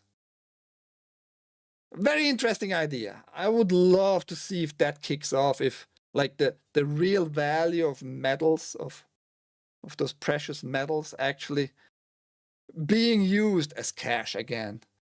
And you had I think like $5 gold notes, 20 and 50, 100, and maybe even $1,000 gold notes in Arizona.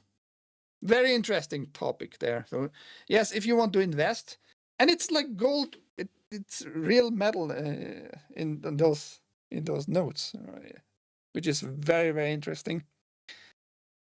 So invest maybe in that a little bit.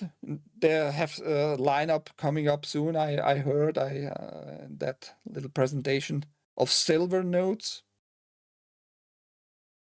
More people should realize what is coming up. Agenda 2030 is a fucking thing, man. They want you all to be dependent on this one world global government. You have to fight somewhat back in your capacity. Or you just can eat all the Soylent Green, if that's your thing. You can fuck this in 5 years from now. Only this. If you try to fuck anything else, you're a fucking outcast. Speaking of outcasts, BAFTA, the British, what was the name? I forgot. British Academy of Film and Television Arts, BAFTA. They want less outcasts. They want more inclusion. BAFTA reaches 3 diversity targets set in 2020 across film, TV, and games. Yeah, diversity. Just for the sake of diversity. Not because they are good in their jobs or anything. We just need to reach those goals of that amount of diversity. Use Linux and encrypt. I wish I had held on my my comics and DVDs.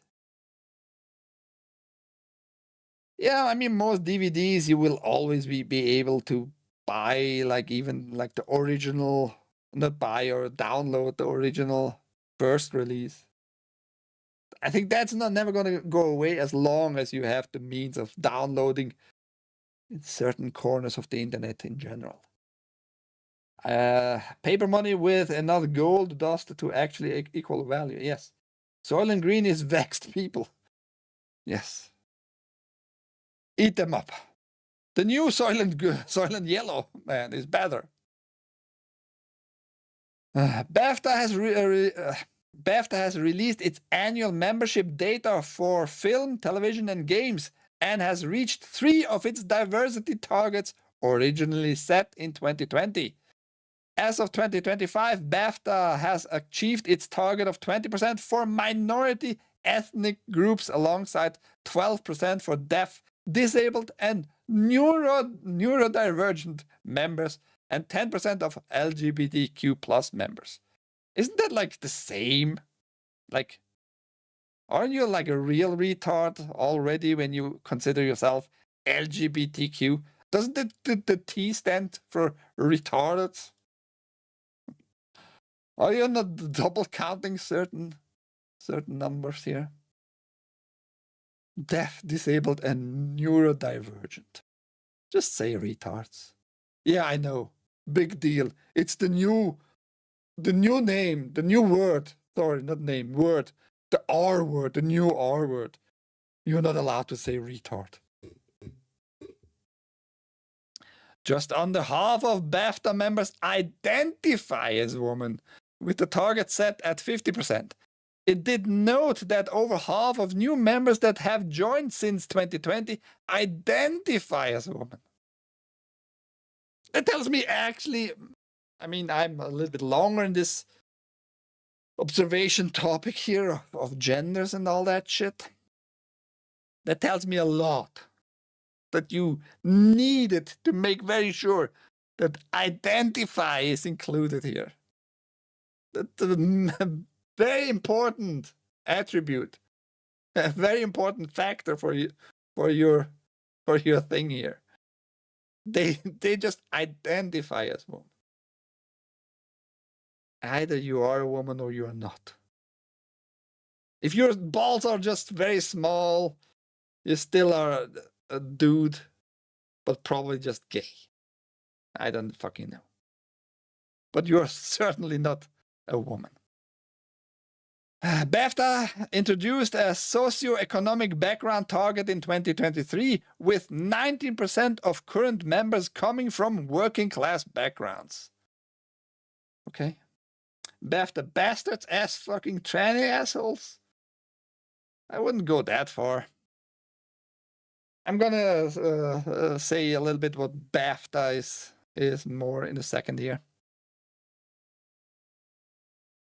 Of the new members that have joined since setting its diversity targets, 21% identify within this group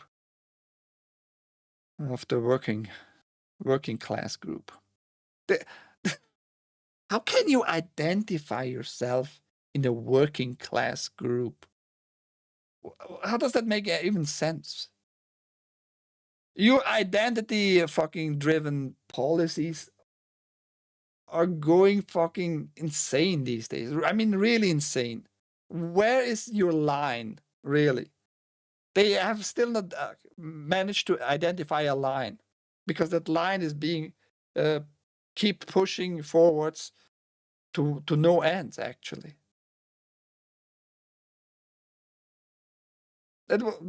This line I saw like happening, that people just are too stupid to realize this identifying factor stuff makes no sense. In the scamdemic, I guess in the height of the scamdemic, I saw a very good little video about a German dude who made some interviews, just interviews, and asking about identifications, you know. He just asked like regular people on the streets and on school campuses, would you accept if I identify as a woman? And most people, because they don't want to look like a bigot, most people said, of course, yes, if you feel like you're a woman, you're a woman. And then he moved that on. If I feel like nationality, is that okay for you? If I feel like an Asian, is that okay for you? And then it started already the little crumble down, this whole bullshit, this nonsense. Some ask, yeah, but are you Asian? Just because you feel doesn't mean you are. And he just kept going with that, with like the fucking goalpost. If I feel like a 2-meter guy, and he was a kind of actually shorter interviewer, would you accept that? And somewhere still super retarded. Yes, yes, yes. If you feel like that, you're 2-meter. But then when it comes to skin color, not the biology stuff already, like woman and man, male and female, that was not the line there, not at all. If you feel like it, you are. If I feel like I'm black, would you be okay with that? That when it was really an issue for most people all of a sudden.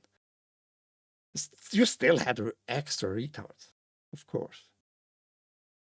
But yeah, for most, then it was just too much. Yeah, but you are not black. I don't see you black. Are you really black? Like in that sense, it's fucking insane, man. And they keep on doing that bullshit goalpost moving with working class identification. Huh. I feel I'm the CEO of your company right now. I identify. Give me that CEO money.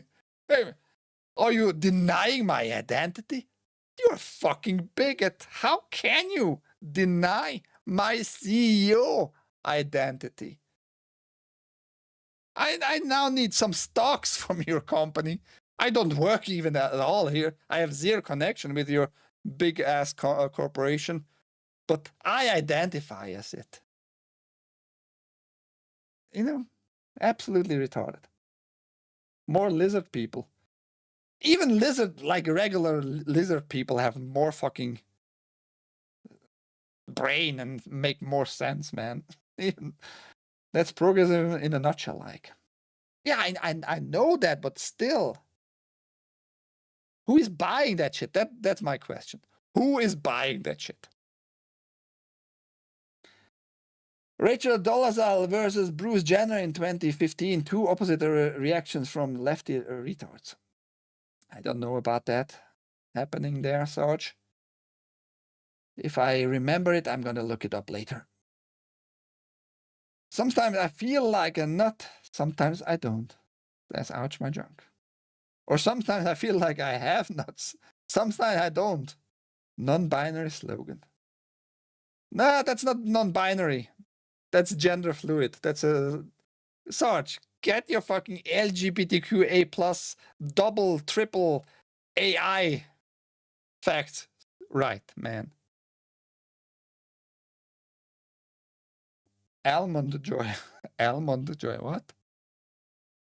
Anyhow, BAFTA said that following on from these initial 5-year targets, it is recommending to continue to monitor and publish the diversity of its global membership annually. Oh, thank you very much. Now to BAFTA a little bit background. I had also to look it up a little bit. We don't need to go deep dive on this bullshit either. So it's an academy and it takes memberships, but not everybody just can go into this academy and be a member.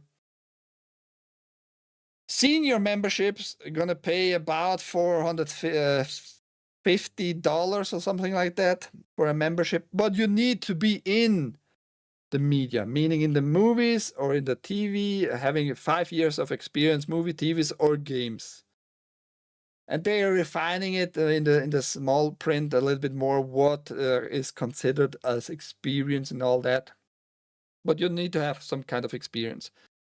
And the regular branch member is, I think, like $250 or $200 US dollars. And you have to have at least 1 year of experience in movie, TV, or games. And then you have certain rights on like selecting new members, voting rights for the awards when they come up once a year and all that bullshit. So we are talking here about the membership. Like that's the big deal for them. I don't know why, but that's a big deal that they want member. Because I guess you can also make connections if you're in this. It's the British Academy here, so you probably have like a lot of connections if you're once you're in and have maybe opportunities even as a normal human being, you know, get connections to certain studios, certain productions, certain TV stations, whatever, right? Or gaming developers and all that. So you for sure would have more opportunities if you would be a member. But they make a big deal out of this diversity shit, right? Like, we accept members, or we want more disabled members, meaning disabled people who work in gaming or TV or movie. Weird. Why is that a goalpost in the first place? What does that make any difference for your academy? Like more retards are gonna vote on on your awards next year? It's just strange. It's just really, really strange. Mounts for those with bad teeth. Bitch claimed she was black but wasn't. She even claimed to be transracial, but fucktards wouldn't consign in while calling Brucey stunning and brave. Yeah, that's what I said. Like when it comes to this gender shit, or you're male or female, yeah, you can claim whatever you want. We're gonna accept it, no questions asked. But skin, no. I mean, it's also just biology on your outside, just having more melanin in your skin, right? Where's the difference there? Idiots. But yes, yeah, good case, I guess, there. Showing once more the stupidity of some cocksuckers. Where was I? So that's what BAFTA is. It's an academy and everybody can join if you have certain experience in those fields for a certain amount, and you can vote, and you have events too, of course, and you have discounts and certain stuff, like I think in certain movie theaters in Great Britain, you can have discounts to watch movies and all that. So you have some kind of value with it.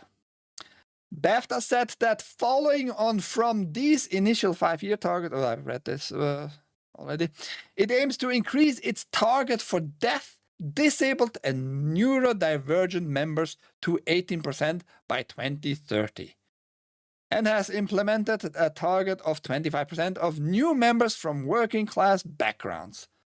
The organization will focus on increasing the number of people who identify as women in the games sector by crafting roles where current representation is lower than 40%. Just like forcing. Yeah, we want only members, please, who keep on crafting roles in gaming because women. I mean, if people can identify as a woman, it doesn't matter at this point either, really, right? This is all so stupid. It's all so stupid. They give you all kinds of really retarded numbers, percentage, and all that. You lose like oversight and of everything. But yeah, man. It's funny watching an old TV show like Chips and seeing Bruce Jenner portrayed as a stud. I mean, isn't he still beefy, like, right? Weird. No shit, word about all those Wheaties. Well, yeah, Wheaties I ate as a kid. Hope they don't turn me. They turned you. We had this topic yesterday. How gay is Sarge? We don't need to re-establish those facts today. BAFTA will also aim to look more in-depth as the representation of people of color in senior industry leading roles. Which they said, like, with a membership of senior 5-year experience, you know, that's already considered senior. Yeah, but isn't that racist? Sounds a little bit racist. Just because they are black, they are more important for your goals. I'm proud of the progress BAFTA has made in growing a diverse membership that reflects jack shit. You're inflating those numbers. You are inflating numbers because it is not representing like the populace, meaning your fucking country. Yes, you have way more brown people, but only because you're important. Way more brown people the last 10 years, a lot. And you've made just more people gay by forcing them to be gay. it is good for your career. If you once in a while, man, just suck a dick. It's gonna help you out. Trust me, bro. And you're gonna start with this dick. I'm not gay. You are sucking it, right? The breadth of talent and experience of those working in film, games, and television today, said BAFTA chair Sarah Putt. Somebody need to put Sarah down there. There are areas where systematic challenges continue to limit opportunity, and we must continue to push industry benchmarks where representation lags behind the UK working age population. Sounds like a lot of mumbo jumbo, but you are trying to do exactly the opposite. The representation is not lagging behind. You are trying to establish this picture of diversity in movies, in TV shows, in games, but the population is not like that.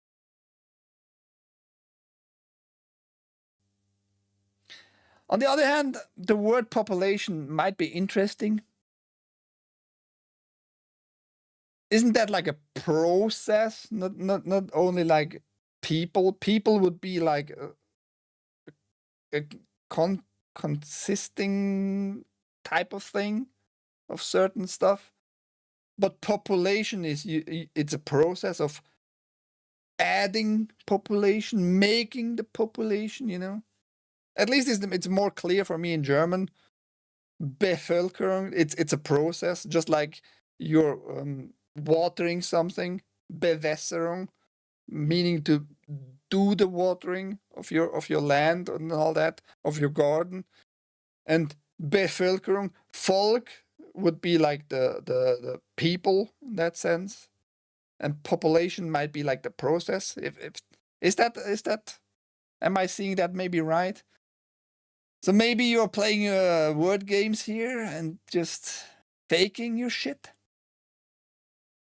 But for now, it's not lagging behind. It's still like the majority is just regular white people, you know, straight, not into the other the same gender, and you don't have like fucking, what is it? What was it? The percentage exactly? 12% of deaf, disabled, and neurodivergent one. I mean, it might be these days actually. Who knows, right? That like over every 10th person, every 10th human is either not hearing, can't walk, or can't grab, or is just retarded. Might be the case these days, actually. Who knows? Put continued, we will use our membership data to highlight and explore in more depth areas where underrepresentation persists. Yeah, those people, they are actually sucking dick. Just hiding those numbers. We need to represent more gays because the numbers just lagging behind. The reality is way gayer than everybody actually thinks. Oi, Elmas. Here, I have to see it exactly every time. British Academy of Film and Television Arts. It's just like the Oscars in Great Britain. Ahoy. So weird. Michael Jackson was ahead of his time. He tried to transition into a ugly white woman back in the 90s. I don't think he ever made an attempt to show off as a female. I think he just hated his black skin. That's for sure. But I don't think he was like, yeah, I want to cut off my wiener. Shimona, cut off the wiener. I don't fucking know. I don't think so. He wanted to be white, that's for sure. And he was still accepting as black. I mean, he is black in the sense of his genetics give out the information of your skin cells produce that amount of melanin. That's just facts. It's very hard to change your genetics, even today.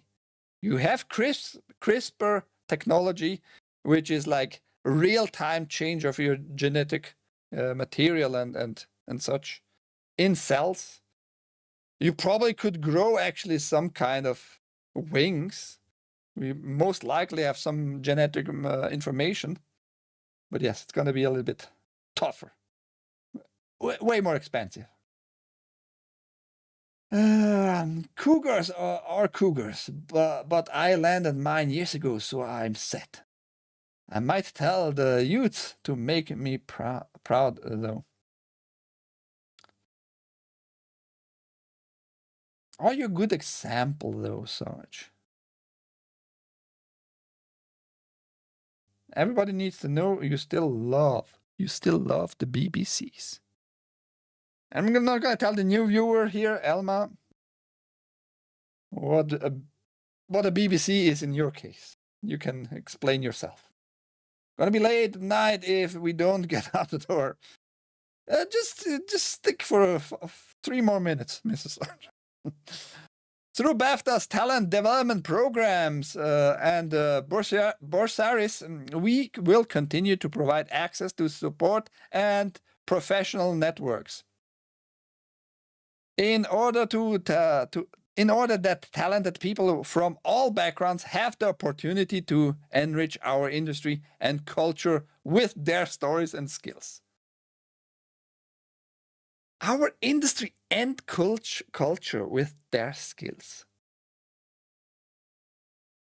I understand like the rest, like backgrounds, different backgrounds with all kinds of people, opportunity, but then enrich the culture? Didn't you already establish a culture? But because you put in that specific word in this sentence, tells me you want to change whatever culture you have right now. You are not happy in BAFTA, in this academy. You want to change the culture. And what better opportunities you have to change a culture than over movie, TV, and games by force feeding us all with certain types of absolutely retarded opinions. I mean, you want more retards. You made it clear. Neurodivergent one. Where's Neuro? He's not coming by lately. Forgot what BAFTA stood for, but it was gay. I mean, academies, I don't know if they are just by default these days all gay. I just needed to inform everybody. All the links, as usual, down below if you're interested to read it for yourself. Again, I just try to inform people that our humanity is on a brink, is on an edge, and we might fall on the wrong side if we are not keeping a little bit attention to what's happening around us. Maybe if you hear anything from now on connected to BAFTA, you already need to be a little bit focused what they are saying and keep away from that very product that is related, connected to BAFTA. The British Academy of Films and Television Arts. They just want to be more gay, more woman identified, not woman, identified as a woman. They made it very clear, man. Lurk mode engaged, time for work. Okay, later, bye-bye, Miss Sarge, dear Sarge. Oi, gamer girl. He just came in very late there. This diversity in movies is so dumb. It is. For example, if I want to see Latinos in movies, I go see movies made in Mexico or other Latin countries. Yeah, there are a lot of that too. It's not like... I mean, I can't say for sure. I can't say for sure if that is happening in all those countries. When I say those countries is... Are there any nations in, let's say, Africa let's say Africa. Take that. Africa is a continent. It has many, many countries in it. Roughly 850 to 900 million humans there, right? Are they in any capacity concerned about diversity? Do they put on rules on themselves like, oh, we need more crackers in our productions, man. We need more of those whiteys.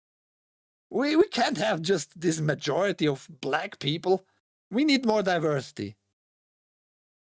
We need more gay white women. Wait, sorry. Gay white disabled retarded women in our productions. May it be in movies, TV shows, entertainment in general, games.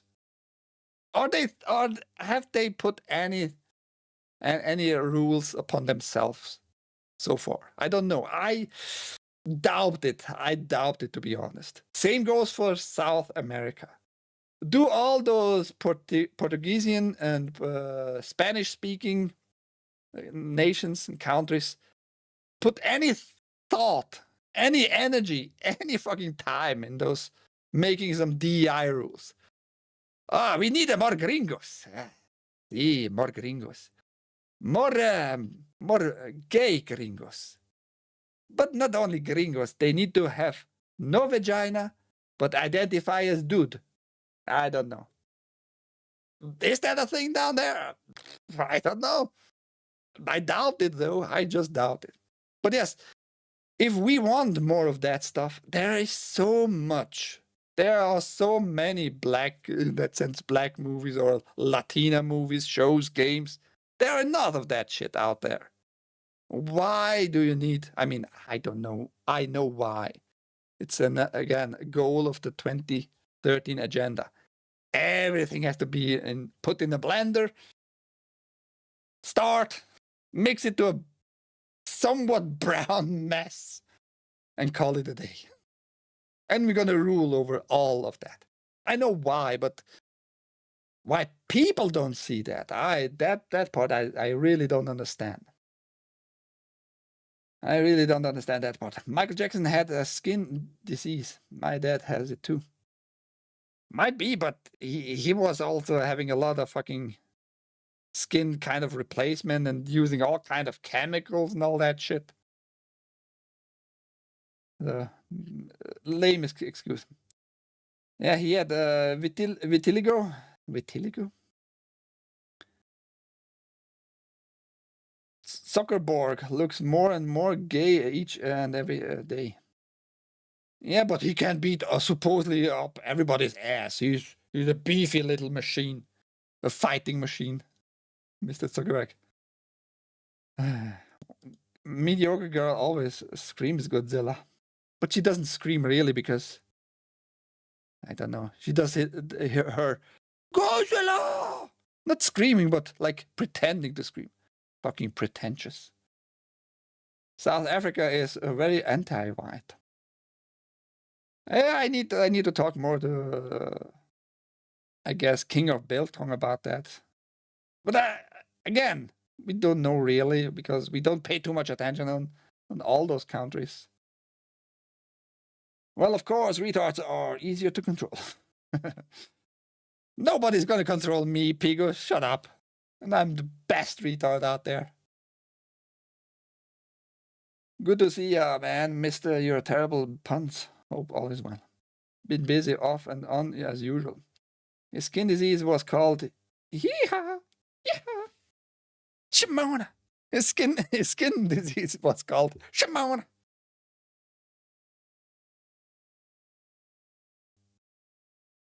Sammy Sosa is another one that went with white like MJ. Sammy Sosa. Now I'm intrigued to see who that is. Just a second here before we end. What's that? A baseball player? Yeah, it looks like a baseball player. I don't. Maybe he was sick. It looks like later pictures might be very whitish. Blacks! Blacks! I want to be black. Never gonna happen though, because I never go outside. And to get more blackish, you need to see the sun, or the sun needs to see you. Whatever you gonna phrase it, however you're gonna phrase it. Inside, we are all black, by the way, as usual. Keep that always in mind. I never saw somebody with a little flashlight looking around. We are very black inside. I'm pretentious. Yeah, with your wannabe scream. You look up before and after. I don't care. I mean, yeah, I see like the something happened there for sure.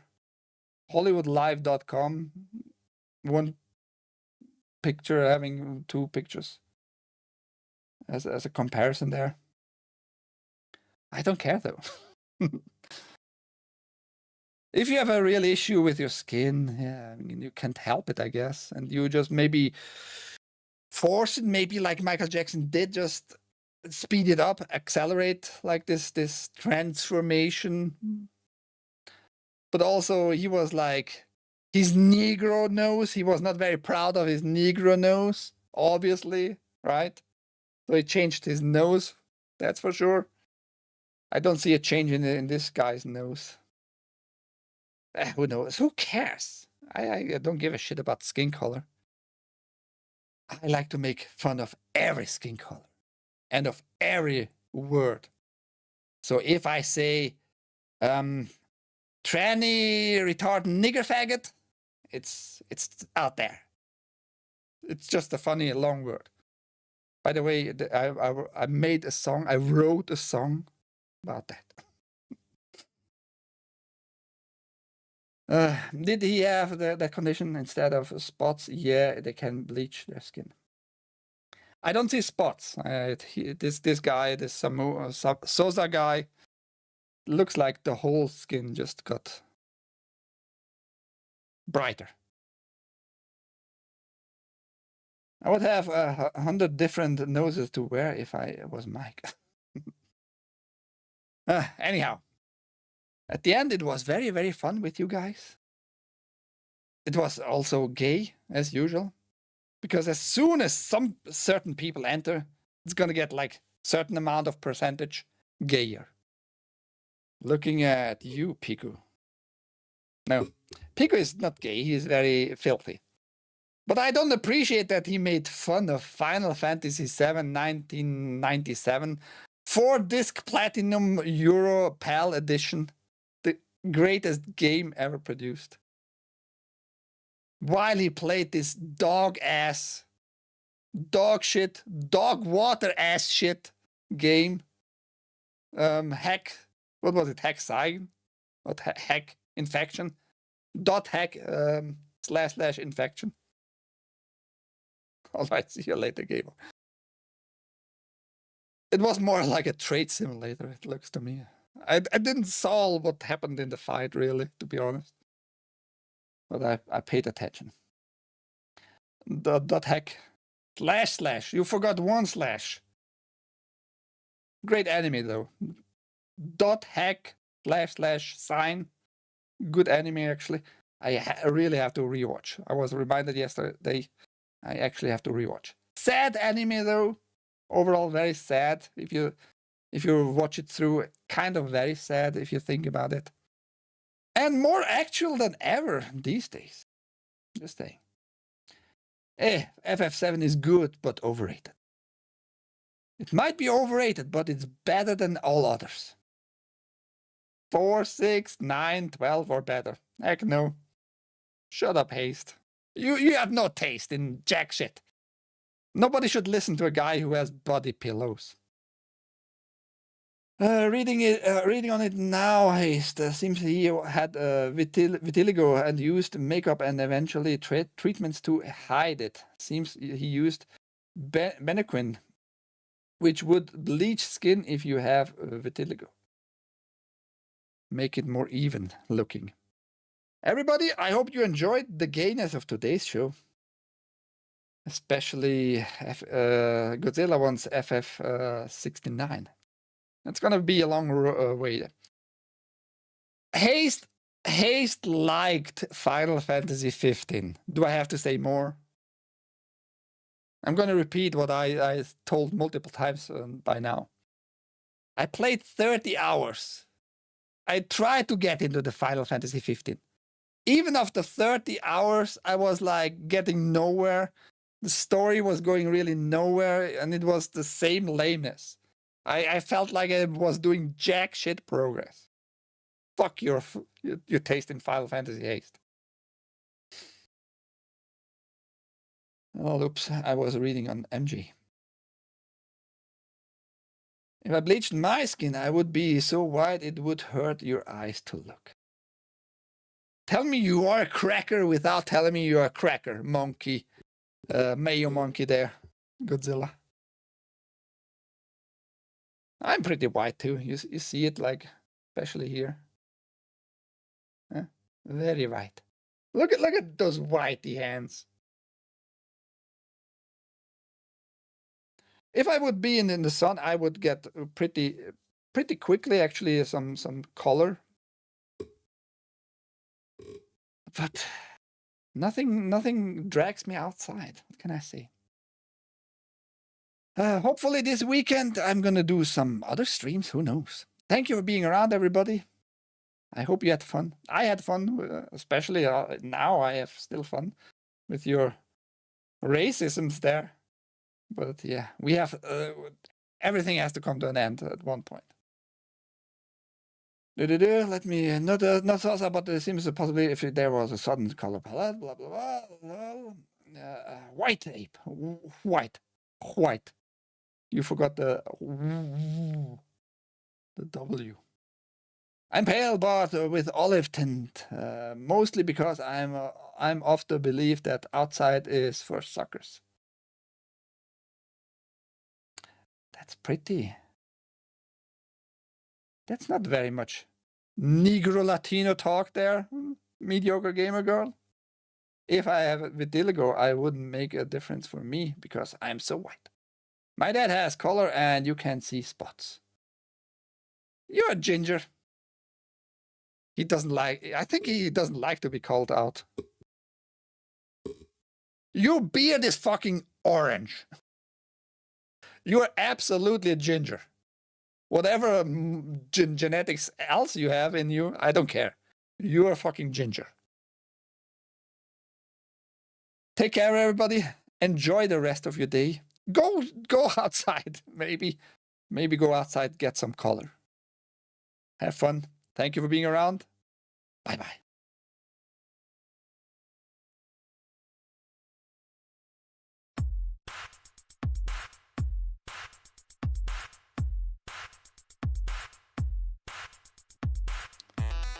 Well, Meg, I identify as Ginger.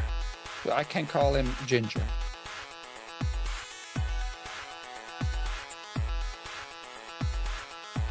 I am hair color, fluid.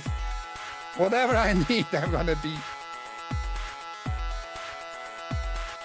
Don't suppress my identity, man.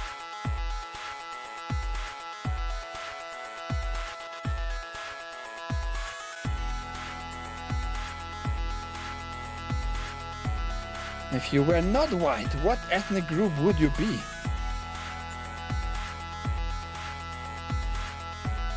I don't know, man. I just envy actually black people because I get easily sunburned. So I have this very small period. So I envy actually like dark-skinned people because they don't get so easily sunburns. Sunburns are nasty. Bye, everybody.